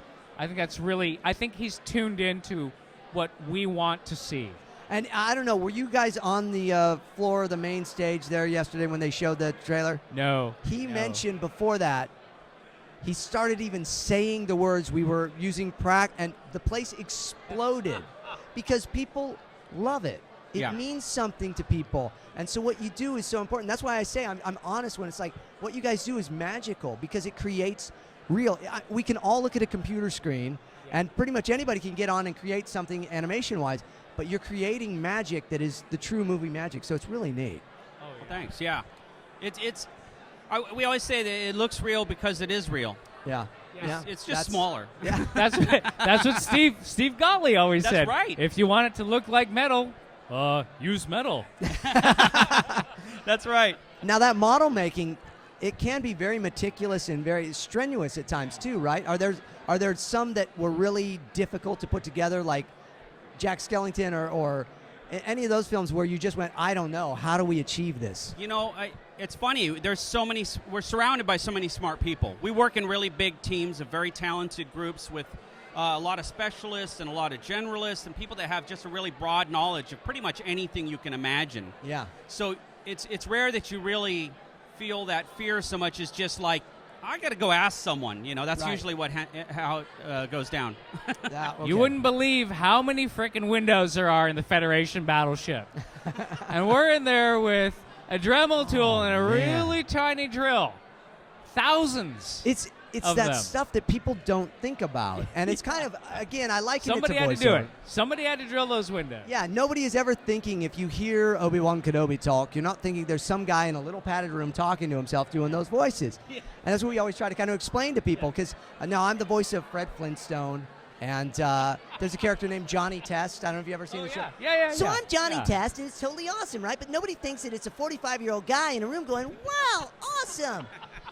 You know, and then the beautiful thing about voiceover is you can be 5'4", 115 pounds, and Yeah, but damn it, do I'm Fred Flintstone too. but it's that same thing where it's like once people realize it and they put it together, they go, oh wow, that's amazing. And See, you guys are, It's magic. it's That magic. is magic of it's your all own. magic. Oh, we have a question. Okay, let's all look. Al Peacock 83. When converting concept art to a physical object, how much freedom are you given to expand the design? That's a great question. I'll let Fon answer that first. Yeah, that varies greatly. We actually often say, we'll get anything from a napkin to a blueprint. You know, well, that's what we used to say. Now it's more like from a napkin to, say, a 3D computer model. Yeah. Okay. So a lot of times with the concept art on Star Wars, it was very common that we would get a piece of concept art that would just show one side of a spaceship or a spaceship hangar or whatever, and there'd be a few details. And then we would actually get a lot of creative liberties to kind of follow that as a guideline to do the rest. Yeah. Yeah, it's kind of like how I look at concept art is kind of like a framework. And they give you the broad strokes, and they don't have time to draw each and every detail, and so it's up to the model maker to say, okay, Greebly here, this here, this here, this here. That looks cool, and make it work. That's actually how I got into design and development as well. Really? We do a lot of design and development in my studio because we used to design and develop things as we were building them, and it was just a real natural transition for a lot of model makers to be able to move into the art department doing design work for that reason. So it's important for those folks that are young, that are looking to get into this too. Being that creative, I always tell that to people with voiceover, you can have no inhibitions. You have to be able to go into a room and make funny faces and weird noises. You have to be able to know what you're doing and plan and be able to expand what has been given to you as well with your type of work then. Absolutely? Yeah. Absolutely. Yeah, tools and materials. Those are the two things you have to know about. You know, the more tools you learn about, the more materials you learn about, the more your capabilities grow. Wow. It is Now, so now true. there are certain design guidelines. Yes. And I don't remember what exactly, but Fon knows. Like, the difference between Star Wars and Star Trek is in the pattern of Greebly. That's right. Give us the, well, we used to. Well, there's definitely aesthetics for each production that you work on. And we actually do a lot of immersion. So we'll buy books and watch movies and listen to music even sometimes because to get into it's the mindset. research. Yes, that's right. It's research. I'm studying. So, but it actually helps to kind of get into the mindset of what that aesthetic is. We used to play games at lunch in the lunchroom. We'd draw 3 shapes on a napkin, and then someone would have to guess whether that was Star Trek or Star Wars. Because there's a pattern to this. Wow, that is fascinating. I think it's 1, 2, space, and then another one. It's something like that. Yeah, so. it's been a little while. It's been a while. I can't remember. Well, so now tell me, guys, speaking of Star Wars and Celebration, this is not your first celebration, right? It's my first celebration. Is that right? Yeah. Wow. It's Grant Imahara's awesome. first celebration. I can't believe this. This and is how awesome. honored are we to have you here? Honestly, I'm honored to be I here. mean, I am truly. If you ask my wife, when I go home to the hotel tonight and I tell her that I got to spend time with you, You are such a favorite in our home. Honestly, Thank I you. mean it sincerely. Thanks, man. And then you were on our Comlink channel, and we did a fantastic time there with David Collins, who should Yeah, be that here was really shortly. fun. And it's just, I mean, amazing. It's like when people find out, oh, you voiced this or that. Find out the work that is at this table between the two of you. It's like, thank you. Thank you for creating so much cool stuff. Is there anything you guys want to plug while you're here now that we haven't already covered? Well, if anyone does want to follow me, I'm Fon H. Davis on Twitter, Instagram, Facebook, YouTube, all the things. The reason I'm on all those is because I do a lot of work in education. So I have educational material available through the Stan Winston School. Yes. And then I also have a couple DVDs out on my own that are just on Amazon.com. Okay. But yeah, I love to actually share everything that I've learned. Because when I was a kid, I wanted to do model making. I could not find anything out there to teach us how to do this kind of stuff. And so as soon as I got an opportunity to do it, I wanted to do that for other kids. So now they can do all the things that we do. It's Fantastic. a And great day to give it again. Give your Twitter and everything again. Okay, And the so- website. And the okay, website. so I'm on Twitter, Instagram, Facebook, and YouTube as Fon H. Davis. And then my DVDs are available on Amazon.com, and then I have additional lessons available at the Stan Winston School. At the Stan Winston School. Yeah, StanWinstonSchool.com. Okay, excellent. And Grant, anything you want to talk about that we haven't covered in that? Want to plug anything? I am Grant Imahara on Twitter. There are a few projects in development which I cannot talk about, but That's I'm so all right. excited about. So Good. just stay tuned. I promise you it's going to be awesome. But if you're not already following them, which I would be surprised about, please do. Grant Imahara. And it's all just one word. All just one, yeah. Okay, very cool. I think we are going to take a break here and let you guys actually enjoy this party. But this is the Comlink. James Arnold Taylor, Fon Davis, Grant Imahara saying, may the Force be with you.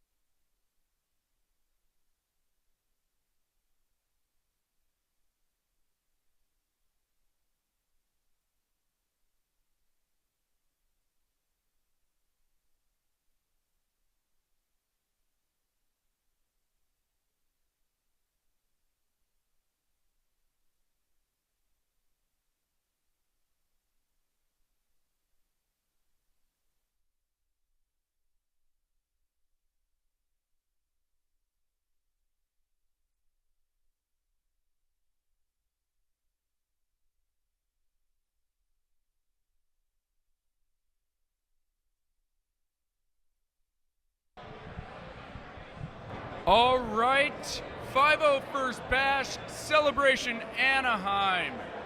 We are here with somebody, if you're here, you guys all know, because he's where everybody wants to be. This is DJ Elliot. If you've been to Star Wars weekends, you know him as DJ Lobot. And his job here is to stand on the main stage where everything's going on.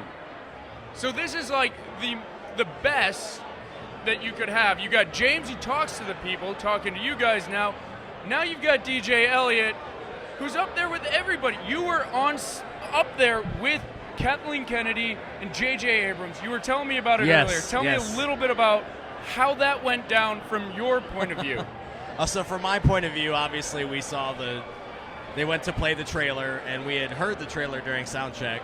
So I ran on stage to cue up the song for when everybody left.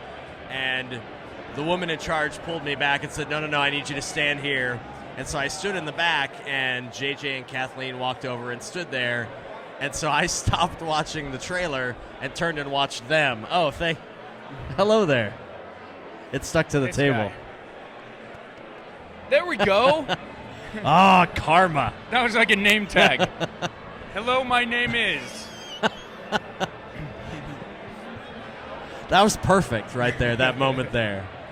That was fantastic. So yeah, I got to watch their reaction to everybody cheering for the trailer. And what was that? Because you got to think, even though J.J. Abrams has done Lost, he's had #1 TV shows, he's had #1 movies, I don't know if he's ever had an audience of 5,000 people plus 1 million people watching around the world simultaneously erupt in tears and joyous clapping. And Kathleen Kennedy was involved with E.T., like things that made our childhood. Yes, and her IMDb is ridiculous. Like, what was that? Like, what was on their face? They looked very giddy, like two little school children. And it was funny because Kathleen's shirt was glowing in the dark backstage too. So, and I just remember sitting there like, I should not be standing here. Like, I should be sitting out there watching the trailer, because I didn't even really get to see the trailer because the angle is really poor. It's like, let me see what the trailer looks like. So you're the one guy who hasn't seen the trailer yet. So no. Maybe I watched your it on. spot isn't I as watched good it as on I my thought. iPhone. Okay, there we go. Like everybody else in the real world. It was just really cool to see that. And then they played the trailer again. And then when they walked off stage, Bob Iger and all the execs from Disney were back there, and they shook JJ's hand and said, "Congratulations." And I was just like, again, I should not be standing here. I need to get back to work. So. Oh, man. Well, if he looks familiar, you've seen this guy in the Comlink before. He was in the race video that we did way back in January. The Star Wars Disney Half Marathon. The first time I met you, I was running as Lobot. So that's why, if you're going, he looks familiar, that's where it's from. Hang on. Now, let me do this. There we go. Could you see it with the Now I thing? see nothing at all. Yeah? Why are people clapping for me going to taking Star my Wars glasses weekends? off? I don't even know who's clapping for me. DJ Lobot will be back. You going? Anybody? Star Wars weekends? This guy is. All right. I'll be there. It's a good time. It's a really good time. Well, there's a really great lineup this year. We've got Ian McDiarmid for the first weekend, and Frank Oz is there for the last weekend. James and then, Arnold Taylor, DJ Elliot for the I entire thing. really get tired of seeing James Arnold Taylor. Like, everywhere I go, most people, they hear him everywhere. I, unfortunately, have to see him everywhere. I share an office with him. Absolutely, so you can understand how that can just get... We kid. You know. We kid. James He's is like totally the ignoring nicest us guy in over the there. I business. love it. It's fantastic. So what... Now, you've seen some crazy stuff so far. You saw an Ian McDiarmid panel. And I you think saw a Ray Carrie Park Fisher panel. dry humped James, I you believe. saw... Okay, so... Look, I was in the audience for Carrie Fisher. What was that like from where you were? I was backstage getting dressed as Lobot, trying to put contact lenses in, because I've worn glasses my whole life. And if you've worn glasses your whole life, putting contacts in can take 30 to 45 minutes. And so I heard James calling for me to come out, and I ran out there and knocked over a complete table full of cups. And so we're picking them up madly, and James is like, Elliot, aren't you in the audience? So I didn't even really see much of the panel.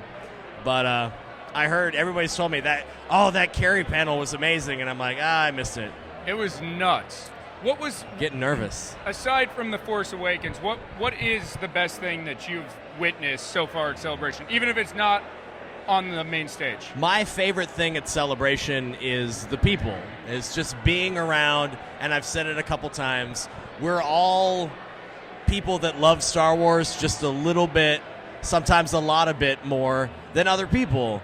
And I've done New York Comic-Cons, I've done Chicago Comic-Con, I've done all these other things, and it's just not the same feeling. You know, we're all gathered around one particular thing, and we're a lot more accepting. Like, there's a lot of, like, angry nerds at Comic-Con. You don't have that here. Everybody's just excited to be here. And with the feeling in the room, all of us had the same reaction to that trailer. You know, everybody, there's not one person I've talked to that said, that was dumb. But it is funny, too, that like 30 seconds after it aired, when the room was clear, all of us sat around like, did you hear that? Darth, he said that his father is, his father has it, not had it. What does that mean? And whose hand was that? And it was just so great. And that's Luke's lightsaber, guys. That's Absolutely, Luke's lightsaber. Absolutely. Where did that come from? Just that everybody is immediately thinking the same thing. Whereas if you were at work and you had watched the trailer, your coworkers would have been like, yeah, Han Solo's in it. It was cool. Yeah, it was just awesome. There is something so special about being here.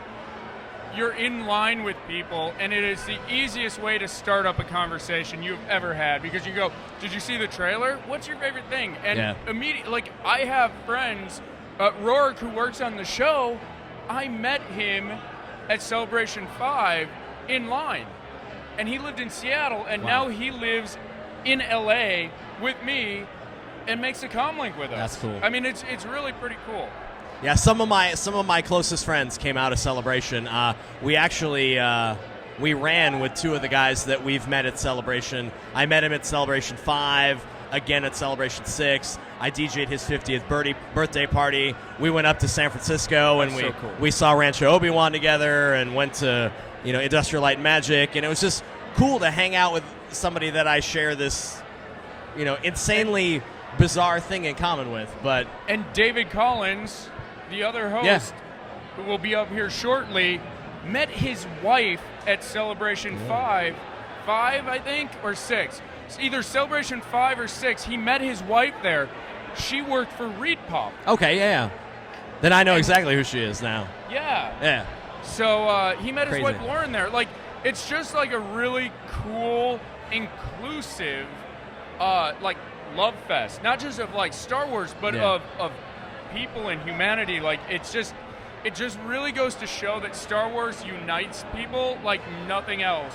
I honestly that has ever hit this world. Yeah, it's the nicest fandom I've ever seen. I mean, all of the, I have yet to really see a Star Wars personality or celebrity be nasty to anybody. Like, you don't hear those stories. Like, everyone's approachable. I mean, James has been standing here in the corner talking to people all night. Everybody's just walking around talking.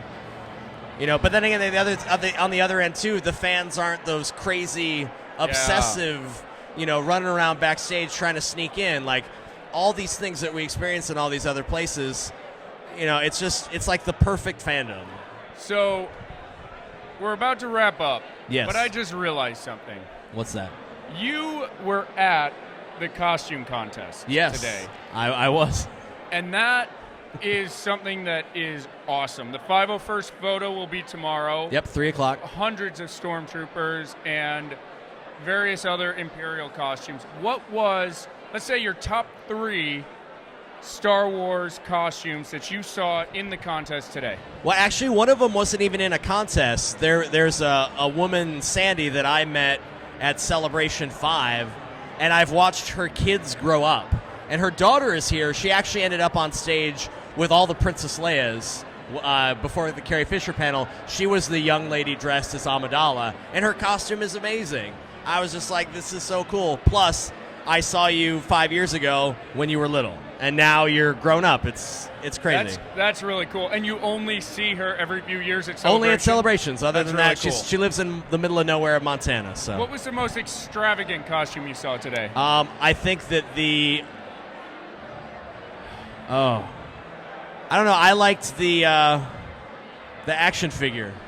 Was it the Hammerhead? I liked the Hammerhead because I got the joke. Yeah, I love that one. You know. I saw him running around the floor. So. All right, man. So, main stage. Check up DJ. We got a question from Daniel Barry. He wants to know, when you are creating a Star Wars mashup, how do you decide which John Williams music that you will use? Daniel, it is 2:13 in the morning and your wife is in bed. What are you doing watching the live feed? Go to bed, Daniel. It's time to turn Star Wars off.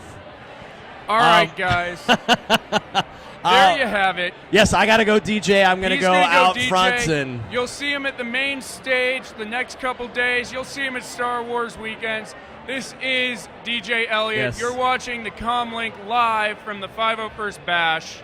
And we will be back soon with hopefully David Collins. And I see Sam Witwer on the phone in his cool leather jacket. So hopefully we'll see him in a minute. Thanks, everybody. Thank you.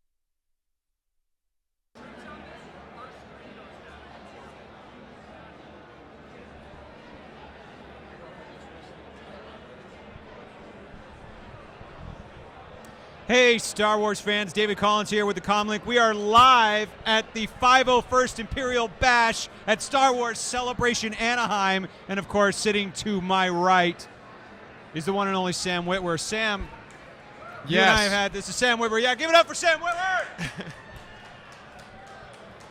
You know what's funny? They is are like, clapping. This is our really one of the rare opportunities we have to sit down and just like talk because we're buddies, but we haven't had a chance to catch up in a while. That's right. So this is it. We're doing a live catch up. That's right. And when we do it, we always do this at a party. We're talking about Star Wars with 300 people. That's right. We We always talk about Star Wars. People. Yes. Yeah. So we finally get to catch up. There's been a lot of Star Wars news, a lot of stuff going on. Let's of course start out with first impressions of the trailer. You did a video. Yeah, about the first trailer. impressions. Like you see, the trailer was interesting because you see Superman's costume, and then you see Batman's costume. Right. And I thought that was really cool. Like, you know, and it really got me excited for the movie. Like, trailer. What's Batman? No.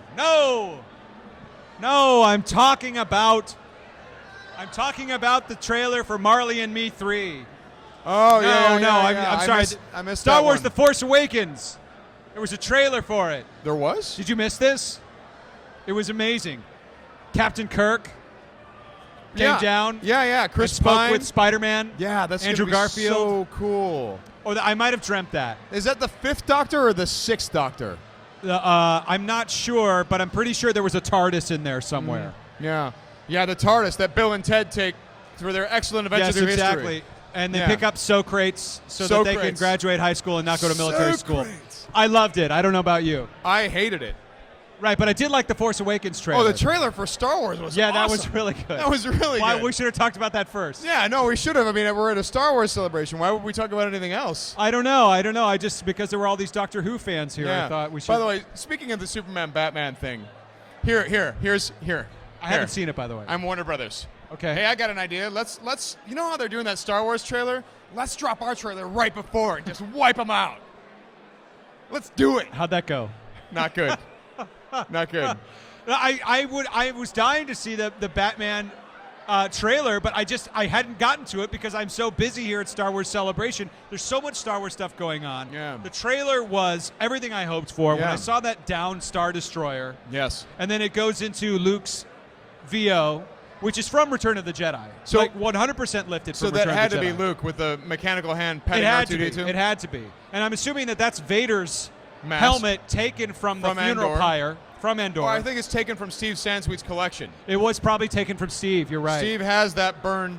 There was helmet, or there was a someone barn fire. Yeah. And not a bonfire, but a barn fire. A barn fire. Yes. Where he went in to rescue from Steve. Yeah, Rancho Obi-Wan is a location in the film. That's right. Yeah. Right. Yeah, that's right. But it's spelled Renchu. Renchu. Yeah, Renchu. They go to Renchu. They go to Renchu Obi-Wan. No, Right. but okay, so you've got that. And then, of course, he hands a saber hilt. That's got to be Vader's, Anakin Skywalker's lightsaber. That is absolutely Anakin Skywalker's lightsaber. Because but that it's was not- yeah. lost at Bespin. So I was almost expecting her to hand over a lightsaber with a a hand skeletal on- hand gripping. With a hand on it, exactly. Yeah. This was, let me clean that off. Sorry, it's a little decayed. You could but- probably just burn it off or just peel it off over time. Right, exactly. Yeah. No, so that was Vader's saber. That was when his hand got cut off on the second Death Star. That was the same lightsaber that Luke Skywalker did all kinds of noble deeds and that Anakin killed all kinds of children, and it's the same saber. Wow. Yep. Wow. Child-killing, hero-making saber. Well, that's got to be an interesting story. Very, how did they do that? I don't know. There was some cleaning crew. There was some. The janitor. It's Wilro Hood The Inc. janitor has a mop, and he's like, hey. Yes. He's like, well, I put the ice cream maker down when I found this decapitated hand. There's a wait, no, decapitated with a flashlight or something. It's some sort of flashlight. I don't know. Yeah. Someone But missing this? Yeah, somebody missing this flashlight. Yeah. Whoa, hey, a big glowy blue thing comes out. Right. So somehow they recovered that lightsaber. They recovered the lightsaber. Which they did in the Thrawn books as well. Yes, but that was different because they recovered the lightsaber and then they turned it into a clone of Luke. Right. They turned it's the a hand clone of into a Luke clone. based on Luke's hand. Right. But I still felt like, when I read the Thrawn books, here's a funny thing. Here's me painting myself into a Star Wars corner because when I read the Thrawn books when I was younger, I was like 12. And I'm like, how did they get Luke's hand? It fell through the gas giant. Whatever. And then 2015, it's Luke's lightsaber. I'm like, well, that's cool. That's cool. 9 out of 10 JJs agree with Timothy That's right. Zahn. Yeah. That's right. Yes. No. Exactly. So that was kind of an interesting one. Yeah. I thought that Rey's costume was amazing. Yeah. And I thought that the Stormtroopers looked cool. The Falcon, and then Harrison Ford. Forget about it. It was awesome. Yeah. The Chewie Was there with his bowcaster. It was great. They were pointing guns at someone. At the Falcon cockpit. Probably at the Falcon herself. They were shooting at the yeah, Falcon. just disabling the autopilot with a crossbow. Speaking of the Falcon, here's a question I have about the Millennium Falcon. Maybe someone can answer it for me. In A New Hope, the two stormtroopers go up the ramp and you hear bam, bam. Did they ever clean up? Or does secret compartment. Yeah. It's in the secret compartment. What do we got? This is a great one. We got to talk about this. So this looked like it says Ulrich. Is this Ulrich? What was Sam's reaction when John Boyega mentioned Force Unleashed 1 and 2? No, okay, so I cried a little bit. I'm not going to lie. I have not seen the panel yet. Oh, okay. All right. So you didn't see the panel, but you saw the trailer because you were busy. I saw the trailer. You were working. Yeah. So John Boyega comes on stage. He goes, "How's everybody?" He goes, "I love Star Wars. I'm a huge Star Wars fan. I'm a huge gamer. The video games. Come on, you guys." Whole place cheers. And he goes, he doesn't mention any games, but except for 2. He goes, "Come on, the video games on my PS3. I'm constantly playing them. Force Unleashed, the original, and Force Unleashed 2." And everyone cheered. He called out Force Unleashed 1 and 2. Bob Iger's in the audience. This is my reaction right here. This is my reaction. I mean, that's pretty cool. I got a lot of. I'm not unhappy emails about that. Yes, I was not unhappy. I'm not unhappy about that. John Boyega plays. Just Force Unleashed. That's what she's doing. Yeah. I see. If you could see what I see, we just got Chloe Dykstra and Jen. You know I'm just here, doing right? Full-on booty dance. Okay. Yeah. All right. This is going. Yeah. Now they're. We were talking about Star Wars. Now we're being sexually I don't harassed. remember my name. Yeah. Yeah. Okay. So Force Unleashed. Force Unleashed 1 and 2. John Boyega. I'm happy mentioned them. about. That's great news. Yeah, it was fantastic. That's awesome. Fantastic, and he's a good kid. It's a good kid. He's a good kid, Boyega. I already can He's tell got a that bright kid's future. gonna go far. Yeah, he's got a real bright future there. That one. Yeah. Yeah. That's awesome. I'm very happy to hear that. That's awesome. So here's one for you. I had an interesting thing happen yesterday, and I wanted to get your take on this. So I had Return of the Jedi producer Howard Kazanjian yesterday on my stage. Did anybody see the Howard Kazanjian panel yesterday? Anybody? Okay, a couple of you saw that. Someone in the crowd asked him about David Lynch. I told you a little bit about this. You told me this story, and tell the story again. I'm going to tell the story again for all you watching on home on the Comlink. So, David Lynch, you may or may not know, was at one point tapped to be the director of Return of the Jedi. That is true. Because George Lucas had left the Directors Guild, and they needed a non-DGA director to direct Return of the Jedi. And so the short list had David Lynch. They talked to David Lynch. No one knows why David Lynch turned it down, but he did. The making of Return of the Jedi was very vague. Big movie, and David Lynch turned it down. David Lynch turned it down. So someone asked him why. And Howard Kazanjian right there goes, "Well, we didn't fire him, I'll tell you that." And he just said, "Well, then what happened?" And you could tell that Howard wanted to say something. Finally, he goes, "All right, I'm going to tell you what happened, and I've never said this before." David Lynch, we offered him the job, and then the next day he said he's not going to do it because he didn't want to work with our crew. What crew are you talking about? Specifically, David Lynch did not want to work with Oscar winner John Williams and Oscar winner Ben Burtt on Return of the Jedi. And Lucasfilm was like, "Well, you have to work with them. That's a huge part of Star Wars." I'm assuming. I mean, that's implied. But anyway, the next day he walked away. Which implies that he wanted the movie to sound entirely different. He wanted the sonic spectrum of that movie to be different. I think he probably wanted like Return of Blue Velvet. In Tangerine Dream. Yes. To create an electronic soundtrack. Yes. With very electronic sounding laser guns. Yes. What was he planning? And big blocky shields when they sword fight. And you pointed out that Raiders of the Lost Ark had just come out with both John Williams and Ben Burtt working on it. And Howard Kazanjian was a producer on that. Yes. Right? So you had at that point, Star Wars, Empire, and Raiders, and 3 of the top 10 grossing films of all time, all of which had Ben Burt and John Williams. But you know what, though? Dune.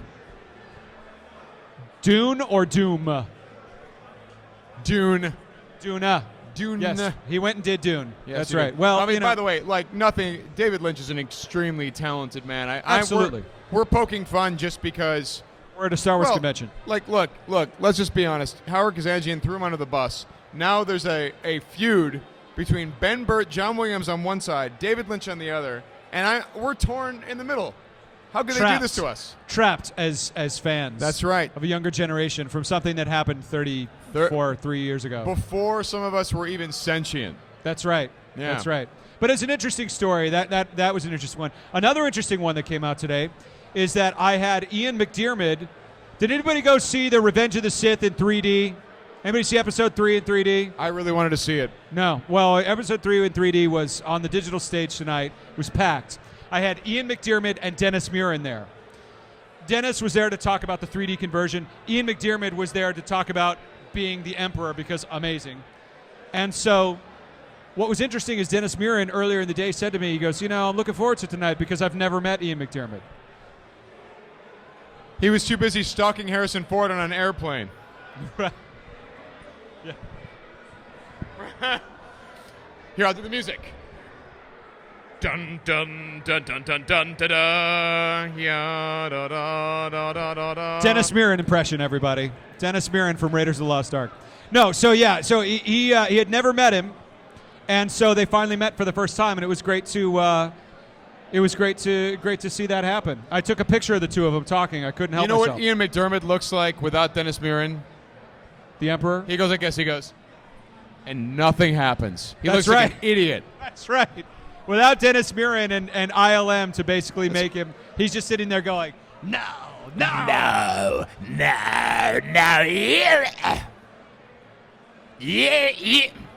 Nope. You will not. Nope. Cut. Cut. Okay, cut. And Dennis is like, I'm sorry, I don't know this guy. I'm not giving him Ian, lightning. we hired you for the lightning. Where's the lightning? And Dennis is like, I'm not giving it to him. I don't know him. No, because I don't know that guy. I can't vouch for him. Can't give him the lightning. That's right. That's right. But it's been an incredible. Oh, I know what we need to talk about. Yes. How are you? Yeah, I'm doing very well. No, I want to talk about Star Wars Battlefront. Yeah. So for those of you who don't know, Sam, you're a huge video gamer. Yes. Huge gamer. Giant. Like I'm 6'1". Huge gamer. Very big. Very large. No, but something that's actually how you and I met is that I was working at LucasArts. And I was like, you're working at LucasArts? And I was like, you went to Juilliard with my friend. So it was like we just kind of met and kind of bonded over LucasArts and Star Wars. And so Star Wars Battlefront, you played both of those games. Oh, yes, a lot. A lot. In fact, the guy that you grew up with, who I was friends with first, a guy named Patrick Hallahan, who you were best friends growing up. Me and him were best friends in college. And then when you and I met, we were best friends immediately by proxy, right? And then you No played pun proxy, intended. and then you see how that works. And so Master. He it's awesome. He still got it, ladies and gentlemen. Still got it. Proxy. So Patrick. Oh God, here he comes. You guys are insane. Is everybody loving David Collins on the digital stage? And what about Sam Witwer just being a total nut on the Feud of the Force? Come on. You guys are great. We gave you 2 microphones because James Arnold Taylor, ladies and gentlemen. Looking for that. You guys are great. The Comlink is awesome. I really want to thank you, Sam, for coming out and supporting us, always being there for us on the show. And David, you're doing a tremendous job. And tomorrow, all 3 of us are on a panel together. Yes, it's the Smuggler's Bounty. Kyle Newman's radio drama. Are we excited? Tomorrow on the main stage, on James's stage, tomorrow at 1 o'clock, an audio drama adventure featuring James Arnold Taylor, Sam Witwer, and yours truly. Wait, who's playing Han Solo? I believe that Han Solo is being played by Abe Vigoda. Dave Filoni's playing Han Solo.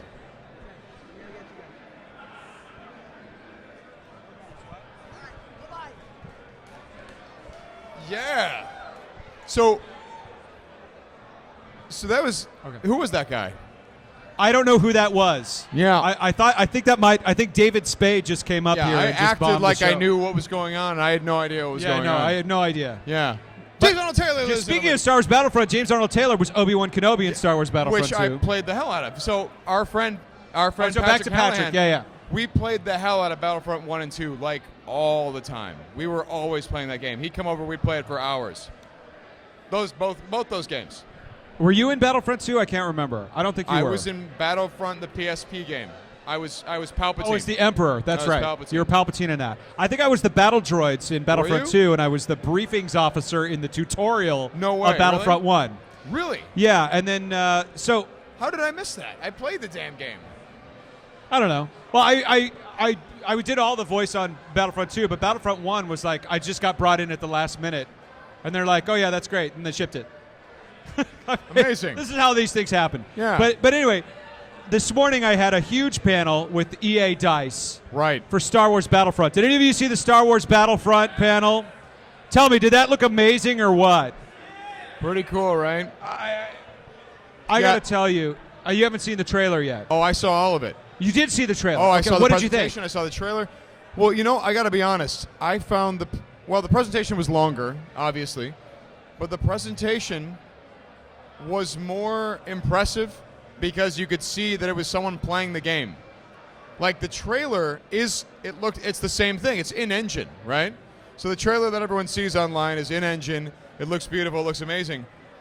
But it's not the same impact as realizing, no, this is actually in game because you watch someone play it and it looked exactly the same. Yeah, it's all right? It's all in-engine footage and in-engine 'Cause assets. it looks pre-rendered. You're like, that It looks can't pre-rendered. It can't be in engine. Yeah, and to be clear, they're doing camera angles and things that are very cinematic. Yeah. Right? They're doing things to make it a great trailer, but the assets are all from the Frostbite engine. Yes. And that's looks EA tremendous. Dice's pedigree. Well, when we did Battlefront 1 and 2, people have to realize, like Pandemic Studios had built that tech over multiple. How many minutes we got, JC? We're doing all right? Okay. Oh, excellent. All right, well, we're not leaving, so... Wait, did you say Dave Filoni's They just have gonna to be join. here? No, I'm kidding. So we were just told that we've got a bunch of great guests coming up, but let me just finish this thought about Dave Battlefront. Filoni, my old Is master. he here? Felonious Monk, is he here? Oh, Dave Filoni's in the house. I felt the presence So if everyone of can my help old- us pester him to come up here, that would be amazing. I sense something, a presence I've not felt Since about 2 o'clock this afternoon. Yeah. We did the I felt Bad Batch. that. But Yeah. Battlefront. So Battlefront, I don't remember. So it takes years for these companies to do this kind of tech.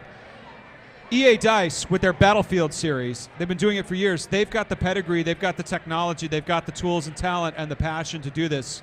You know how hard it is to pull off a sandbox type of game that's that authentic, Really that runs hard. that smoothly. Well, the other thing is that with every iteration of the game tech, in terms of next gen consoles, every time a next gen console comes out, the fidelity of everything goes way up. So the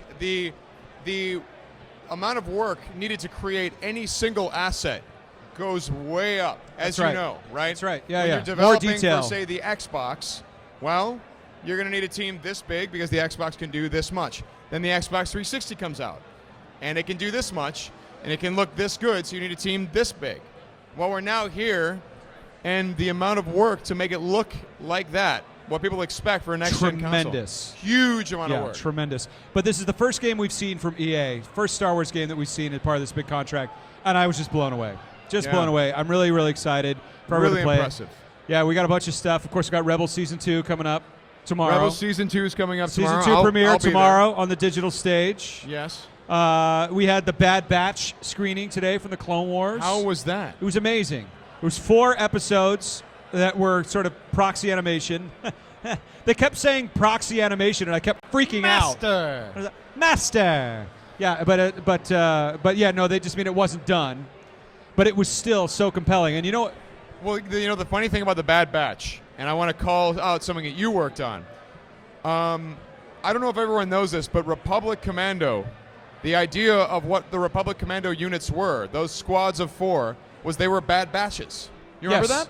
Absolutely. They were aberrations in the cloning program this guy was a little too aggressive. This guy was a little too studious. This was a little too this. We touched on that a little bit. And that's what the Clone Commando units were. And now, I don't know if that made it into the Clone Wars, but the video game, that was the background. So the Bad Batch is an idea that... It's the same idea. It was George's same idea, because we were doing Republic Commando, George was like, they're all the same.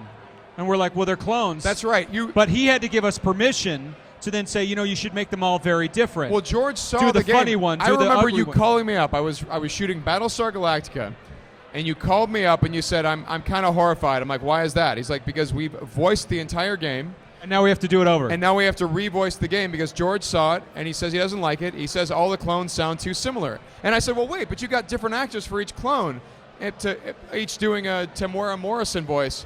And George's like, no, they're too similar. So then George says, get totally different actors with totally different vocal ranges and make a funny guy, make a this guy, make an aggressive guy. And then from there grew out this idea that these were aberrant clones, that these are clones that strayed from the genetic norm. And the Kaminoans didn't like this. The Kaminoans thought they were failures. Yeah. The trainers said, no, we need these guys. Yes. And then they made the Clone Commando units. Yeah, so it's interesting to see those ideas. And he even had a lot of the armor from the Bad Batch was a lot of Republic Commando armor. The backpacks, one of them's got a DC-17. No way. Totally unaltered. DC-17 straight from Republic Commando. It's really cool. Can we one of them Can we looks uncancel like, the show? Yeah. For Seriously. just a second? Just a second. Just to one of finish them, up. by the way, you'd be interested in, has this elongated mask with like a line down the middle that to me looked like evil Starkiller's mask. I said that to Dave, but he didn't quite pick up on it. I still think that Amy Beth Christensen probably got that in there. Amy Beth Christensen is a designer. That's my guess, but I don't know. She's a designer for Clone Wars. She's a designer for Rebels, and so she slips a lot of stuff in there. She does, yeah. Yeah. Here's the thing. Hold on for just a second. Hi, come here. Get over here. Who are you? I am Chloe. Who are you? I'm Sam. This is David. Hi, nice to meet you again. Yes. Good. Yeah. What are you guys filming? Talking about Star Trek. We're not filming. We're just hanging out with microphones and cameras. Yeah, we're hanging out. Cool. Awesome. Do you like Star Wars? No, I'm a Star Trek guy. Oh, okay. Well, that's cool. It's cool. I'm just gonna go. I'm a Star Wars guy. Oh, okay. All right. Let's hang out. What's going on? Hey. Chloe Dykstra. Chloe Dykstra. Sam Witwer. Hey, here's something. I haven't had a chance to talk to her about this. Chloe Dykstra, you just saw a lot of Star Wars in the past 2 weeks. Are you calling me out right I'm now? calling you out right now. You are now an expert. For example, I say to her, like, hey, Plo Koon, what's his race? And she goes, like, Caldor. And I'm like, whoa, you're learning. This is crazy. You could have just asked me that. I would have gotten that one right. I didn't want to put you on the spot. I didn't want to risk it. I would have sweat that one actually a little bit. Yeah, I didn't even know the Caldor thing. I acted like everyone knew it, but I didn't know. Yeah. Oh, that was pretty impressive. Yeah. Thank you. What is your? Let's figure out what she thinks about this stuff. What do you think about all the crazy things that you've seen? For example, you just saw episode 3 again recently, right? I did, yes. What'd you think? I enjoyed the prequels. I did. I always get confused about all the numbers. I will say that. I'm still learning about the numbers of the films and the names. There's Revenge too of the many things Sith. to remember. Yeah, there's so much. But I'm enjoying myself so far, for sure. Good. You have a good time at Celebration? Yes. And you've been hosting. You've been running around like crazy with microphone. God. It's been crazy. Like There's crazy. so much cosplay. You've been working with Game Over Greggy, is that right? Yes. Greg Miller? Yeah, I checked Love out Greg Battlefront, Miller. which looks really good. You checked out Battlefront, Yes. you did. Did you see the panel this morning? I didn't get a chance to, You went to the booth. Yes. Oh, I went cool, to the booth, cool. and we flew X-Wings. We flew X-Wings. I flew an X-Wing as well. I was not as good of a shot, I'm sure, as you two were. No, it's terrible. My helmet was way too big, and then it just completely came down. And the visor's like up here. And I just panicked. I couldn't handle the stress. We totally should have just been like, and they're like, ah! We have to put these videos up on the Comlink, but I think we're running out of time. Yeah. At least for now. We're going to switch it up a little bit, right? They're nodding like, get off the stage. Here's the thing. We talk like this almost every day. This is like a phone call between me and him. Yeah, we'll be back. This is Sam Witwer, ladies and gentlemen. Give Sam David Witwer Collins. round of ham. Chloe I said Dykstra. round of ham. A round of hand. Chloe Dykstra. I'm David Collins, and we'll be back very, very shortly with more here at the 501st Bash. Stay tuned to the Comlink. We'll be right back.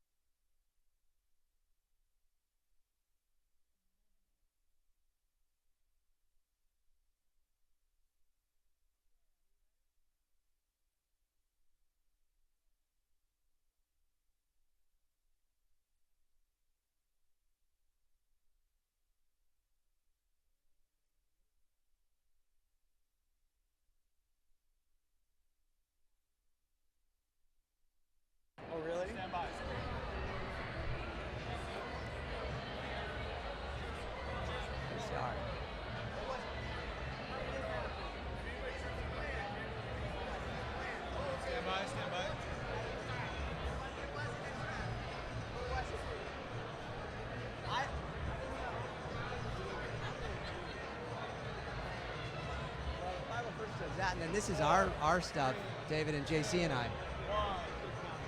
And hello, 501st Star Wars Celebration. James Arnold Taylor here, broadcasting live on the Comlink with David Collins, my co-host of the Comlink. We're brothers in arms here, and we have a very special guest, and we want to be very respectful of his time because he kind of got suckered into this here. I was really just trying to bring him into a quiet space in the room, and then it happens to be our place where we're recording. It's the quietest. David Filoni, the master himself, is here. Ladies and gentlemen, what do we say? Hey guys, how you doing? You know how in Star Wars Rebels you've got Spectre 1, 2, 3, 4, 5? Does anyone around the office ever call you Spectre Prime? No, but they should. When I played Xbox Live years ago, I used to go by Spectre Zero because I was a big fan of the James Bond villain Spectre organization. So that's how Spectre got into Star Wars. Now, they weren't using Spectre in Bond because of legal reasons. And now, all of a sudden, Spectre is about to make a huge impact on the world of James Bond again. So it's kind of interesting that that's all come back around. And it looks awesome, too. So I'm excited about that. It is awesome to have you here. We thank you. Again, we want to be respectful of your time, let you rest the voice. You and I have a big day tomorrow, and then you and David have a big day tomorrow. Both of you, both of you. It is all He's getting Rebels sick of me. all Never, the time. David, never. So on the main stage tomorrow at 11 o'clock, we are going to be talking to the cast of Rebels. It's going to be great. There's going to be some surprises. I know you know those surprises, but they don't. So people are going to get to meet these fantastic actors. Freddie Prinze Jr., we have Vanessa Marshall, Steve Bloom, Tia Sakur, and Taylor Gray coming out onto the stage to surprise us with some things. And some other guests may appear as well, right, Dave? I think so, yeah. I mean, for me, it's a little bit crazy. We have had such a great week already, showing everybody Clone Wars stuff that never was going to be seen. So we're able to get that to the fans here at Celebration. And that's just the one animated show. Now we're about Saturday is all about Rebels now. We're going to talk about Season 1. We're going to talk about what's upcoming in Season 2. And we're going to talk a little bit about Ahsoka Tano and her big return to the series, which is pretty exciting. So please come to the panel tomorrow with James Arnold Taylor, and then the premiere of Season 2 with David Collins. The red carpet. Stage. Yes. The red carpet starts at 4 o'clock, and then I believe the premiere starts around 5 or so. Yes. Yeah, and we're showing, can you announce what we're showing at the premiere? We're showing Fire Across the Galaxy. That's right. We're showing the last episode of first season, and then we're actually going to show the first 2 episodes of next season. Season so it's 2. a big deal, actually. Well, Dave, again, we thank you for your time. We thank you for your contribution to Star Wars. We all love what Dave Filoni has done with Star Wars, don't we? Dave, would you ever come back to the Comlink and visit us so we could sit down and properly chat with you? We're not having to scream at each other. Yeah, absolutely. I mean, you just got to clear it with Tracy, and we're good to go. Oh boy. All right. You got to get through that guys, wall. Gauntlet has been thrown down, Yes. JAT. Okay, well, we'll try. But as always, I'm here for you guys this whole week and weekend. They're long days for me, but it's totally worth it. Please come up and say hi. It's not a problem. You guys do so much for us all year. You support the shows that we all make, the games we make, everything Lucasfilm's doing. So this weekend's about celebrating you guys, the fans. So thank you so much for coming out. It's my privilege to be here for you guys. Thank you. Thank you to Dave Filoni. Dave, thank you so much. Yeah.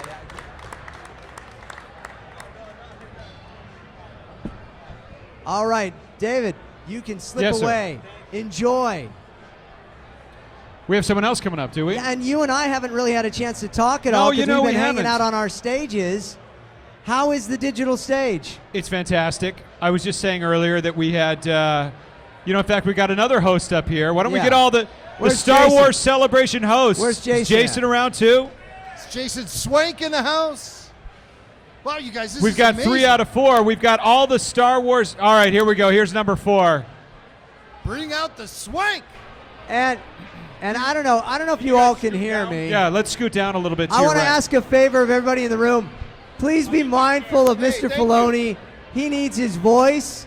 So let's try to let him have a little time and all. Make sure he doesn't blow his voice out before tomorrow. Okay? Same thing goes for Mr. James Arnold Taylor.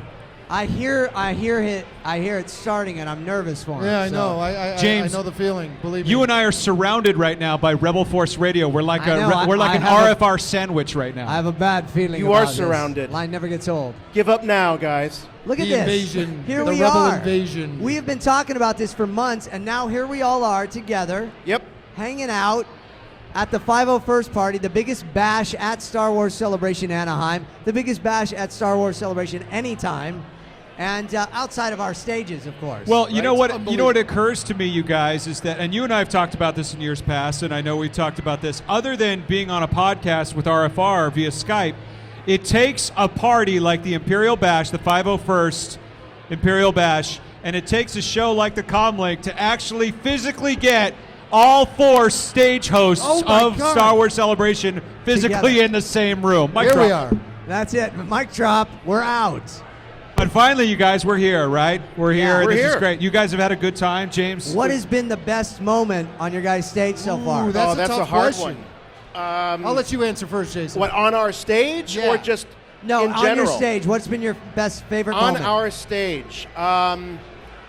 That is a tough one. It's I mean, it doesn't get a whole lot better than seeing the new stormtroopers from The Force Awakens march into the behind-the-scenes stage. Yeah. That was really impressive. Yeah, the Innovos people, the costuming company, who, they have their roots in the 501st, those guys with the Novos, and they have created the most screen-accurate trooper armor that you can buy. Now, I know a lot of people in this room, they make their own armor, but these guys have really, they have access to the actual pieces of armor from Lucasfilm. We were lucky enough to have Heath Hammond from Innovos on the Comlink. That's right. And Heath is a costumer himself. He's a Civil War enthusiast. When he says, "Oh, this isn't called a shoulder piece; it's called a spalder." This is how the detail he gets into. Working with the 501st. The 501st consulting on a lot of these costumes. So Innovos is really going for accuracy, and those costumes look amazing. Really awesome stuff. Okay, so now what's been your favorite? Ooh, like I said, it's like choosing who your favorite child is. I know. It's impossible to do. The whole experience has just been incredible. Really looking forward to the Fan Film Awards tomorrow night. Oh, is that right? Yeah, we'll be hosting the Fan Film Awards. They've returned. They've taken a break for a few years, but the Fan Film Awards are back.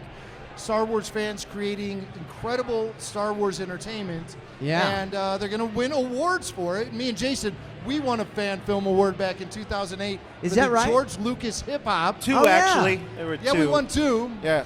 And Hey, you remember, right? Yeah. There's one. Remember, who can forget a hip and a hop like Greedo and Mace? Oh, I said that right. Yeah. It's been a long time. A hip and a hip.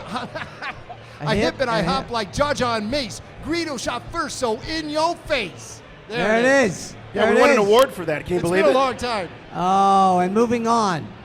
No, I'm kidding. I'm kidding. David, what has been your favorite, best moment thus far?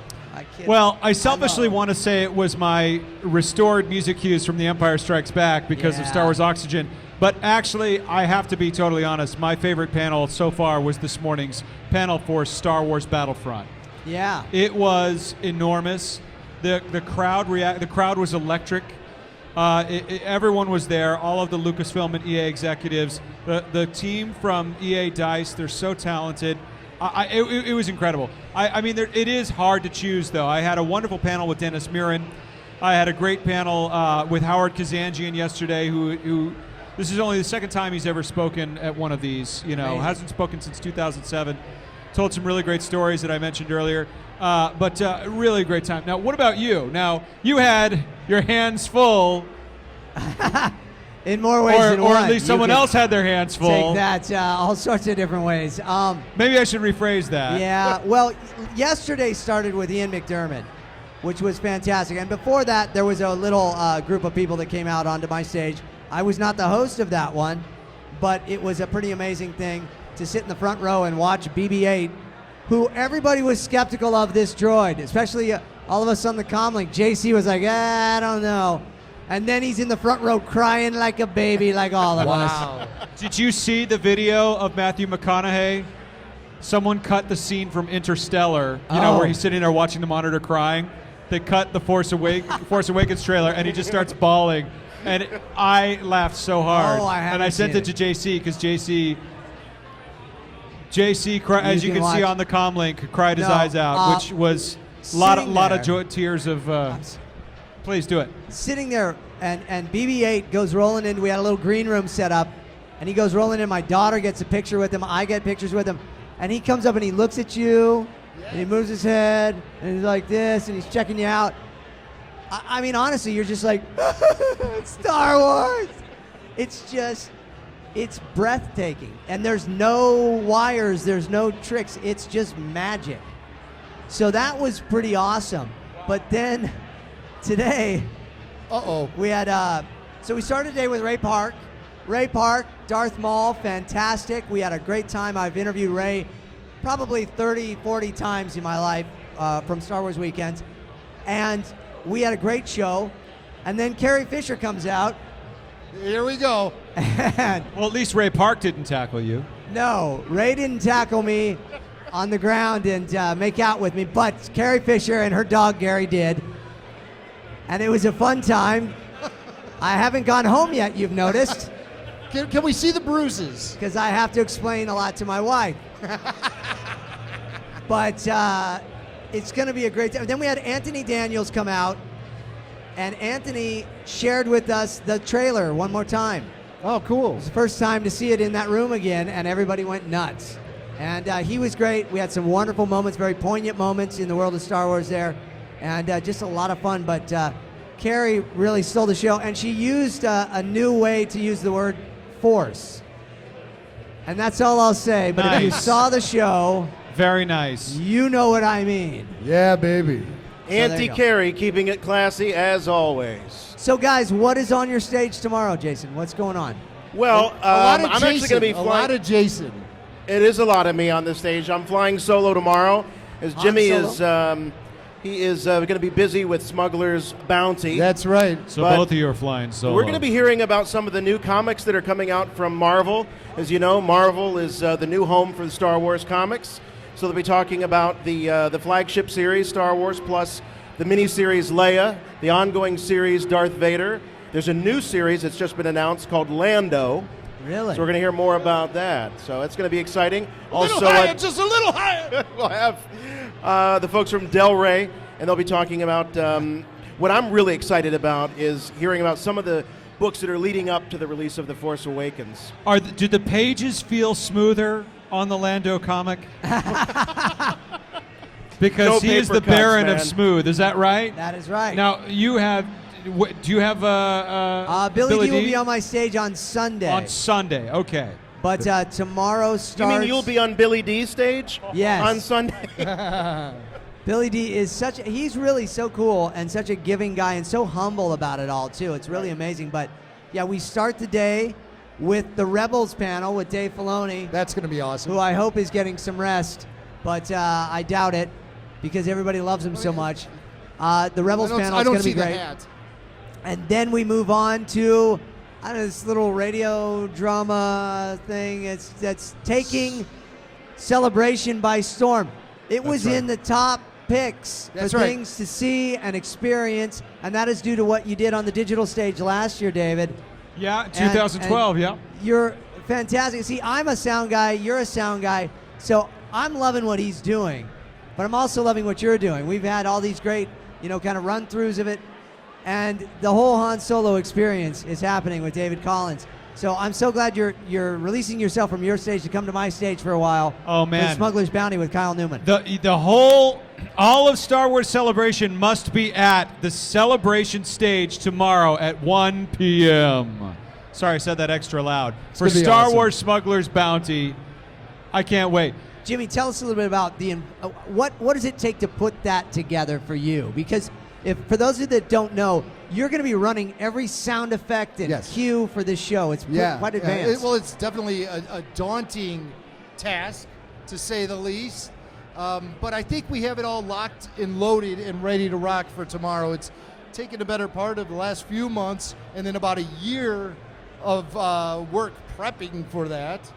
just to get it all ready for tomorrow's hour-long show. Wow. The first Smugglers incorporated about 75 different music cues over the course of about 35 minutes. This is going to be an hour long with, I think, 120 live music cues. Wow. And it's just going to be filled with effects, music, some incredible vocal performances by top-notch world-quality voice artists. Yeah, we have Dee Bradley Baker, Yep. Tom Kane, Catherine Tabor, Matt Lanter. Wow, it's a Clone Wars reunion. David Matthew Collins, Wood. Matthew Wood. Come on. Scott Porter. Scott Porter, James Arnold Taylor, Jamie King. and Jamie King. That's right. Is that everyone? Is that everybody? And Sam Witwer. Sam Witwer. And How can we forget Sam Witwer? Where's Sam? He's That's Oh, right. man. We have an incredible cast tomorrow. How fun is it to be Han Solo? What's that? How fun is it to be Han Solo? It's amazing. I mean, it's actually great. I totally unexpected. I remember the first one we did. After a day of talking like this, I just thought, wow, Yeah. I don't know if I can pull this off. I don't know how this is going to go. And people just responded really well to it. It's such a fun role. Yeah. I think we all have that fantasy of being Han Absolutely. Solo. And, Absolutely. a lot of it I credit to Kyle Newman and F.J. DeSanto's script. Yes. And I credit it to your wonderful sounds because really, besides being a sound designer, you're also playing the role of Chewbacca and R2-D2. well, essentially. I'm helping them along the way. I have multiple conversations with Jimmy in Smuggler's Gambit and in Smuggler's Bounty, and it's all about the timing and just responding to those. Half the battle is just putting yourself in those sound effects and in that mix and just trying to pull off the full illusion, as you know. Yeah. Right? Yeah. It is a lot of moving parts, but just to be able to play with all of that incredible and iconic Star Wars sound effects library. Yeah. You know, Ben Burtt's always been something of an idol of mine. Me too. Yeah, I think all of us. Right, Yeah. right. And a large portion of my career was influenced by his work. Yeah. And he sort of mentored me from afar. Yeah. Indirectly mentored me and taught me sort of the ins and outs of not only creating sounds, but managing the sounds, which can be difficult. Absolutely. And now, on a side note, is this going to be available as an audio broadcast afterwards? That's the plan, right? We will figure. I think so. I mean, I'm assuming we're going to get it up on StarWars.com. I'm sure it'll stream. Yeah. If Kyle Newman was here, he'd be the one really to answer that. But Smuggler's Gambit to this day is available on StarWars.com with the full audio download. Well, I know I saw Matt Martin wandering about here as well, so maybe we could ask Matt at some point. But maybe we can get him up here. That would be fantastic. Yeah. Have we had Matt Martin up on the stage yet? Paging Matt Where is Matt? Martin. I saw him. Matt Martin. Please Matt pick up Martin. the white courtesy phone. Sounds like Mad Mardigan. Yeah. No, He's no, been. We'll ask him to pick up the white courtesy Comlink. Yeah. Where's Matt? Oh, JC's looking for him.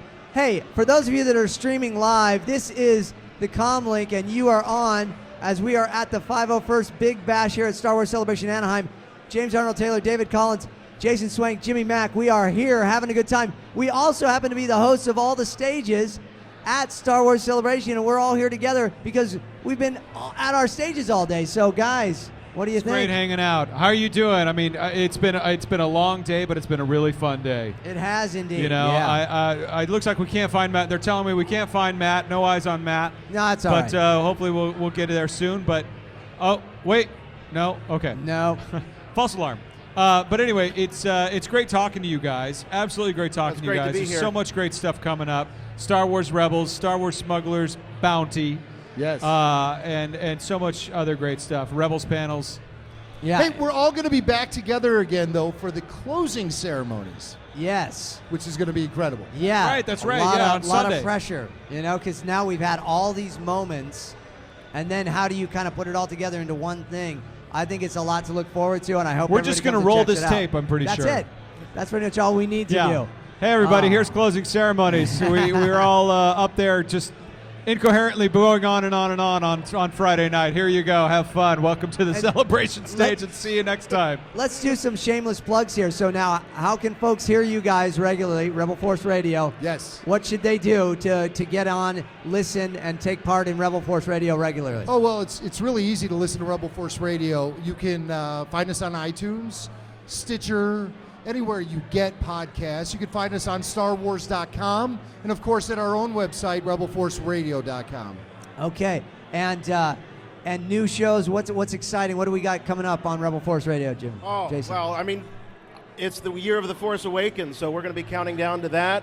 And I think this is really the kickoff to that whole promotional campaign and rollout. Sure. And there's going to be more news and more information than, well, we can handle it, but there's going to be a lot of great stuff. You can do it. Yeah. You guys so that's can what do we're it. looking Always a forward to. pleasure. And it was great fun being on when we were all on the phone the other night. Absolutely, yeah. That was very cool. So, and David, Comlink News, Comlink Conversations. We have more to come. We took a little hiatus. We took a little hiatus. We have a couple of interviews in the can that we're going to be bringing out a little bit later. We're going to be shooting a lot more. We're also going to be moving a lot more into the unboxing territory, which, you know, I think is really great for video shows. So we've got a lot of that stuff planned.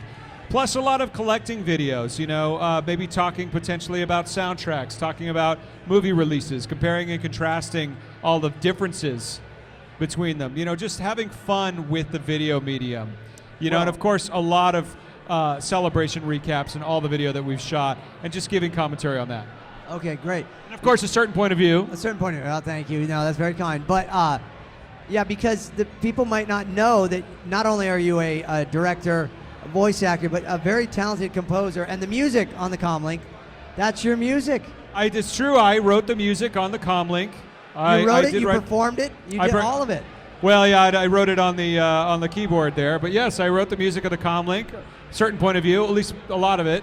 But yeah, I want to keep that going, and yeah, I love doing it. It's just such a great creative outlet for all of us, and I'm so fortunate. We are all so fortunate that Star Wars provides that inspiration to get us there. But go ahead. Well, you know, it's just exciting to me because, you know, you talk about us being sound guys, and something that I've always been passionate about is radio broadcasting.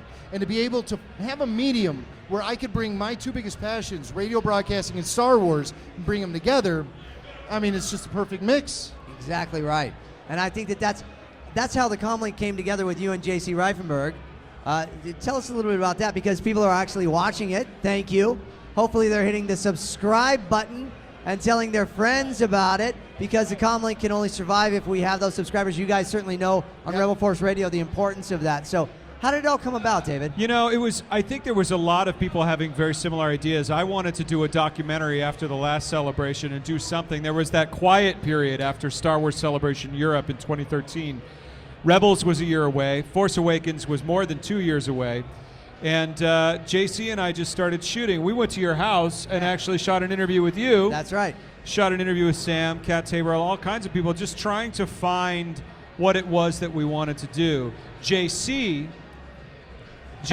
was like, you know, I always wanted to do a video podcast about Star Wars. There's a lot of stuff. You guys, you know, really created the scene in terms of audio podcasting, but video podcasting is a new frontier. It's a totally different, complex beast, you know, and it takes someone like JC to be able to pull it off. JC Reifenberg, get up here. Come here, JC. JC Reifenberg. JC Reifenberg, come on. So, JC, I was just bragging about you. Where are you? Were you going to sit here? So, JC, you really came up with the Star Wars podcast. How long, or in terms of the video podcast, how long has this been sort of ruminating in your head?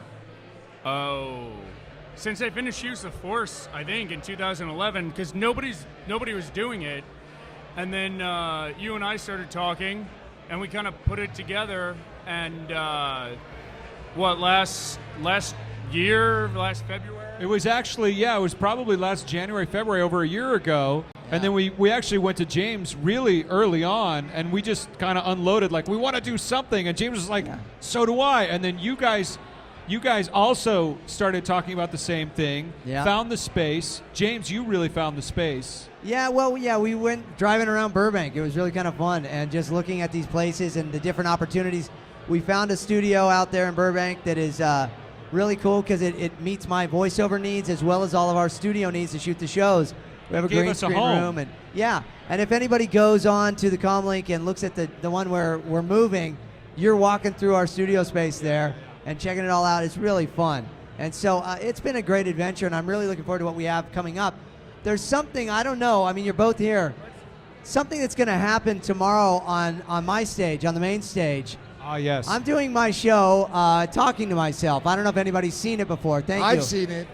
And at that show, I go through my life as a voice actor and all that. But before the show, for anybody that is wanting to come before the show, there's something very special that we have been working on for a very long time. JC, I don't know how we don't want to give anything away, but there's a short film that we've been putting together that we are going to show at my show, Talking to Myself, 6 o'clock. Be there at the main stage. Sorry, guys, if you have other things going on.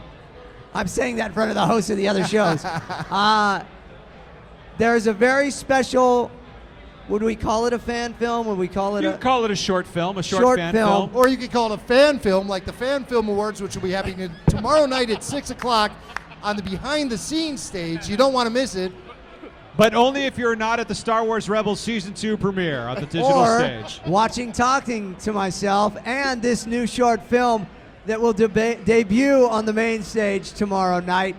And in fact, the man holding the camera that I'm looking at right now shot that. Don Thiel did a great job. Don, come around and peek around. Come on, Don. Come on, Don. No, Don, come around. Come on. Peek. Come on. Come on. Just jog right by. One time. Well, he's All not right, wearing forget pants, it. so. And where's Matt True. Robon? Matt, come on. Just jump in there and photobomb that. There's Big Matt. Big There Matt. he is. Give us some knucks, Big Rourke. Matt. Where's Rourke? I don't know where he's at. Andrew. It's too bad we can't swing the camera around and see Andrew, who is calling this show, doing a fantastic job. Oh, and there we go. Amy Ratliff is there. There you all are. Thank you, Joey. And Joey, come on. We put together this film as a piece of love for Star Wars and the people making it, and I hope you come and watch it tomorrow night on the main stage before my show. It's going to be very special. Can we say what it's called? JC, tell them about it. So the short film was called Summer 78. Summer of 78. Look for it. If you go to our Facebook page, facebook.com/the Comlink, you can see the poster that we have for it, which will give you a hint of what it is. I remember summer of 78. Yes, me too. You know, they re-released Star Wars that summer, and they re-released it summer of 79, too. It was the birthday cake poster. Yeah, that's right. It was a birthday cake poster. So, I hope you all check that out. It's going to be a very special one. I think we're going to take a break now, take a look at what is going on here at the 501st Bash at Star Wars Celebration Anaheim, the biggest Star Wars celebration ever. Why? Because of these guys right here and all of you in this room. And James Arnold All Taylor, right, too. Take James Arnold care. Taylor, ladies and gentlemen. Stick around. We'll be right back.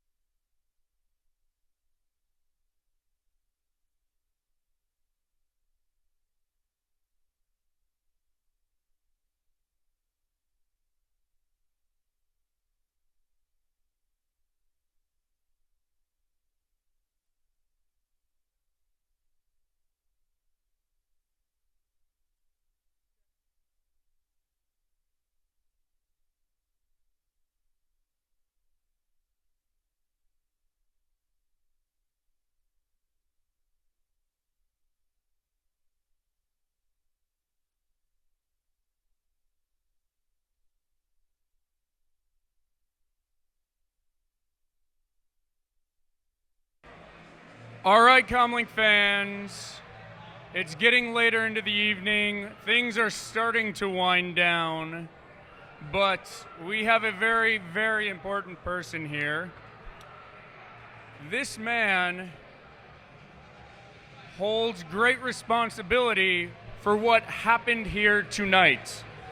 The party, the Southern California garrison of the 501st, your fearless leader, Mr. Scott Allen. Thank you very much. Thank you, JC. I'm excited to have you guys here. This has turned out to be an amazing event for the 501st Legion, our celebration bash, and the number of people that have shown up and are still here at the lovely hour of 12:30 something or other. Absolutely amazing. I'm stunned. And I heard you guys raised a little bit of money tonight. Did I hear that? You know, we did a fundraiser tonight with Steven Stanton out front, and our goal was that for every dollar donated up to $2,000, we're going to match it. And the jar was so full it was overbrimming. So I'm excited to try to see what that number is tomorrow. We're going to announce it everywhere. That's all. Now, are you the guy who counts the money? Yeah, that's my job tonight. So no sleep for the weary. Awesome. And then what do you have going on first thing tomorrow? Going to the bank? Yeah. I hope my bank is open on Saturday. Gee, man. So you've got garrison members from all over the world here tonight. You have a microphone in your hand. DJ Elliot wouldn't do this for you, but here we are. I have to say it. What do you want to tell these guys? You know, I made a little speech earlier, and the one thing that I would say to all of the 501st Legion, and really of all of Star Wars fandom, man, it's in our hands what we do with it, and what we want to make of our clubs, of our groups, and of our fandom is up to us. We have an amazing looking Star Wars movie coming in December. Like, I will admit that I teared up at the end of that new trailer, and I can't wait for it, and I only hope that excitement exudes through the Legion and shows us what we need to do. Ladies and gentlemen, this is Scott Allen, a great ambassador for Star Wars fandom. Thank you for being on the Comlink again. Thank you for having us here. Thank you for hosting this party, and thank you pleasure. for being a great pillar of strength and leadership for the fan community. I appreciate it. Thank you so much. A great pleasure. Thank you so much. All right, guys, let's hear it one more time for Scott Allen. Now we've got something else that's pretty cool. Some of my friends who had a special day today, let me get their microphones. This is Eric Pfeiffer and Savannah Kiefer. And do you want to tell us what happened today in the Mos Eisley Cantina? So today in the Mos Eisley Cantina, I proposed to Savannah Kiefer. So we are now engaged, and I had a lot of help from Ashley Eckstein with her universe helping me out with this. And, my original plan was to have an outfit specifically created for Savannah for this. Ashley said that that's probably not what they're allowed to do, but Savannah got to keep this outfit that she has on right now. Cloud City. The Cloud City. And so she had a lot of influence in helping me out propose to her. So Now, Savannah, when did you first meet Eric? Because we talked about this earlier. It's kind of a cool story. I saw him at Star Wars Weekends 3 years ago in 2012, and then we saw each other again at Celebration 6, and that's when we actually got to talk for the first time. So I've known him for about 3 years, and it all started at Celebration, I would say. So was this as a little girl, was this what you wanted? The Mos Eisley Cantina? Yes. Now, you have a website, The Dorky Diva? Yes. Talk a little bit about that. So The Dorky Diva, I do a lot of reviews of different products, and I talk about costumes that I work on. I've been talking about a lot of exclusives at Celebration. After the convention, I will be covering things that I did here. I'll be talking about the engagement. So all kinds of fun stuff on the Dorky Diva. So when's the wedding? We have these other guys who got married tonight by Steve Sansweet. Are we looking at the next celebration? Is that the wedding? Can you wait that long? Can you guys wait that long? We haven't set a date yet, so We'll just have to see. She's still got to finish school up first and stuff like that, so we don't have a date set yet. Okay, but maybe a Star Wars event, a Oh, Rancho yes. Obi-Wan? Yes. It will definitely be Star Wars lots related. of Star Wars presents. All right, and then the last thing, Eric, you and I met through Mr. Jimmy Mack on Rebel Force Radio this winter. I took a visit to your house. You have one of the most incredible collections, and how about you tell us about your top 3 favorite items? Because the Comlink shot his house, and we're going to be bringing you that video very soon. Rancho Obi-Wan. By the time you've had a few more years, that house will be approaching Rancho Obi-Wan, I'm sure. Yeah, well, I've got a lot of favorite items in my collection, so it's hard to pick just, a couple. But just to mention a few things, I really enjoy it was actually used in the movie. It's a sail barge piece that was on top of Jabba's sail barge. And the piece was given to me by Steve Sansweet, actually, who was up here a little while ago. And it was given to me as a birthday gift. So not only was it cool because it was used in the movie, but it's cool because I got it from Steve Sansweet. And Steve Sansweet, we all know, has the largest collection. I also have the Adrian Curry Slave Leia bikini that was made specifically for Adrian Curry. So that's definitely got to be one of my favorite pieces. And the other piece I got, which was actually just recently, I got it a couple nights ago, actually. So it was, I just received it after you guys did your shooting at my house, so it's not going to be in the video. But it is the Stephen Stanton Tarkin uniform that he wore at the past couple conventions. He wore it at Celebration 6, I believe. Celebration 6, he wore it at Fan Days, I believe. Long Beach Comic Con, he wore it there. So he retired the costume and gave it to me. That's pretty awesome. Collectors beware. This guy's chasing your stuff. Thank you guys so much for coming on the show. Congratulations. Hopefully, and I'm sure you'll both be on again. We can talk about your Star Wars wedding. Thank you guys so much. Thank you. Thank you. All right. Do we want to bring Amy up now? And we'll wrap this baby up. Thank you guys. I think that's David's. Is David still here? On there. All right, here we go. Thank you guys.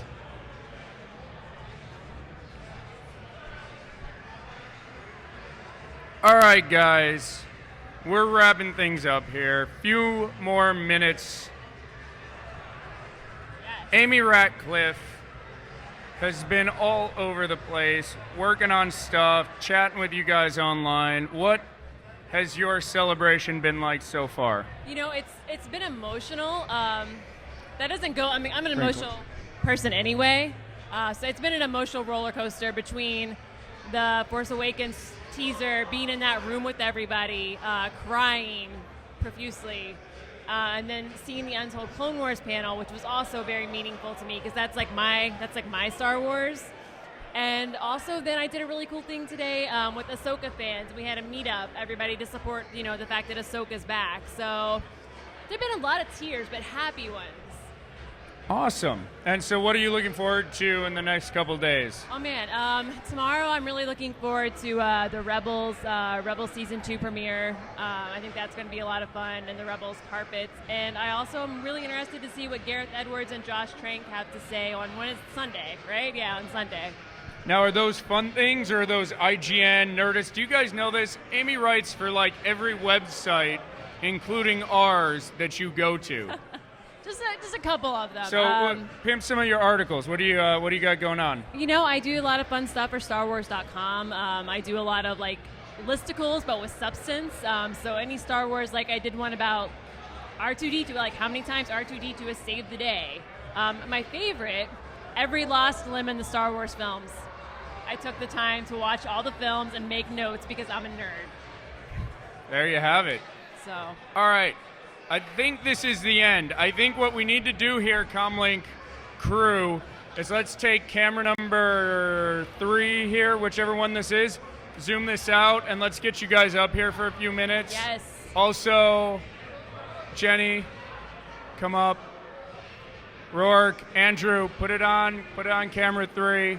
Andrew, put it on camera 3. Come say goodnight to the people who have been watching us and enjoying your hard work. Guys, Andrew, who directed and switched this show, took 1 bathroom break in 5 hours. He is a warrior and a hero. And also, I'm really jealous of his bladder. That's amazing. Mine does super not work that way. responsible for what you are seeing tonight. Joey Harris, you too. Everybody, come on. It's not, let's get up here. Do it. Comlink fans, take a bow. Sarah, get the camera set and you come up too. Joe Hogan, come up. Joe Hogan drew all of James's shoes that are getting signed on his stage. So I hope we're all in the shot. Getting close. Let's get a stupid photo or whatever people can freeze frame. Thank you guys so much for watching. Tell your friends about us. Subscribe. We would love to do more live events. We would love to do more content, and that seriously, it all hinges on how much you guys are watching, telling your friends about us, and letting us know what you think. So for the Comlink, Andrew, Rourke, Amy, Joe Hogan, Matt Rowbottom, Sarah, Joey Harris, my lady Jenny. Did I forget anybody? Andrew just left. Buddy Jazz, Joe Sorbera, everybody else. Chris D, who did the amazing poster for Summer 78 and is a huge fan. Thank you guys all so much for checking us out. Tell your friends. This is going to go right back up on YouTube tomorrow or even tonight. Keep watching the Comlink. Keep supporting Star Wars. We love you, and we'll see you soon. Good night.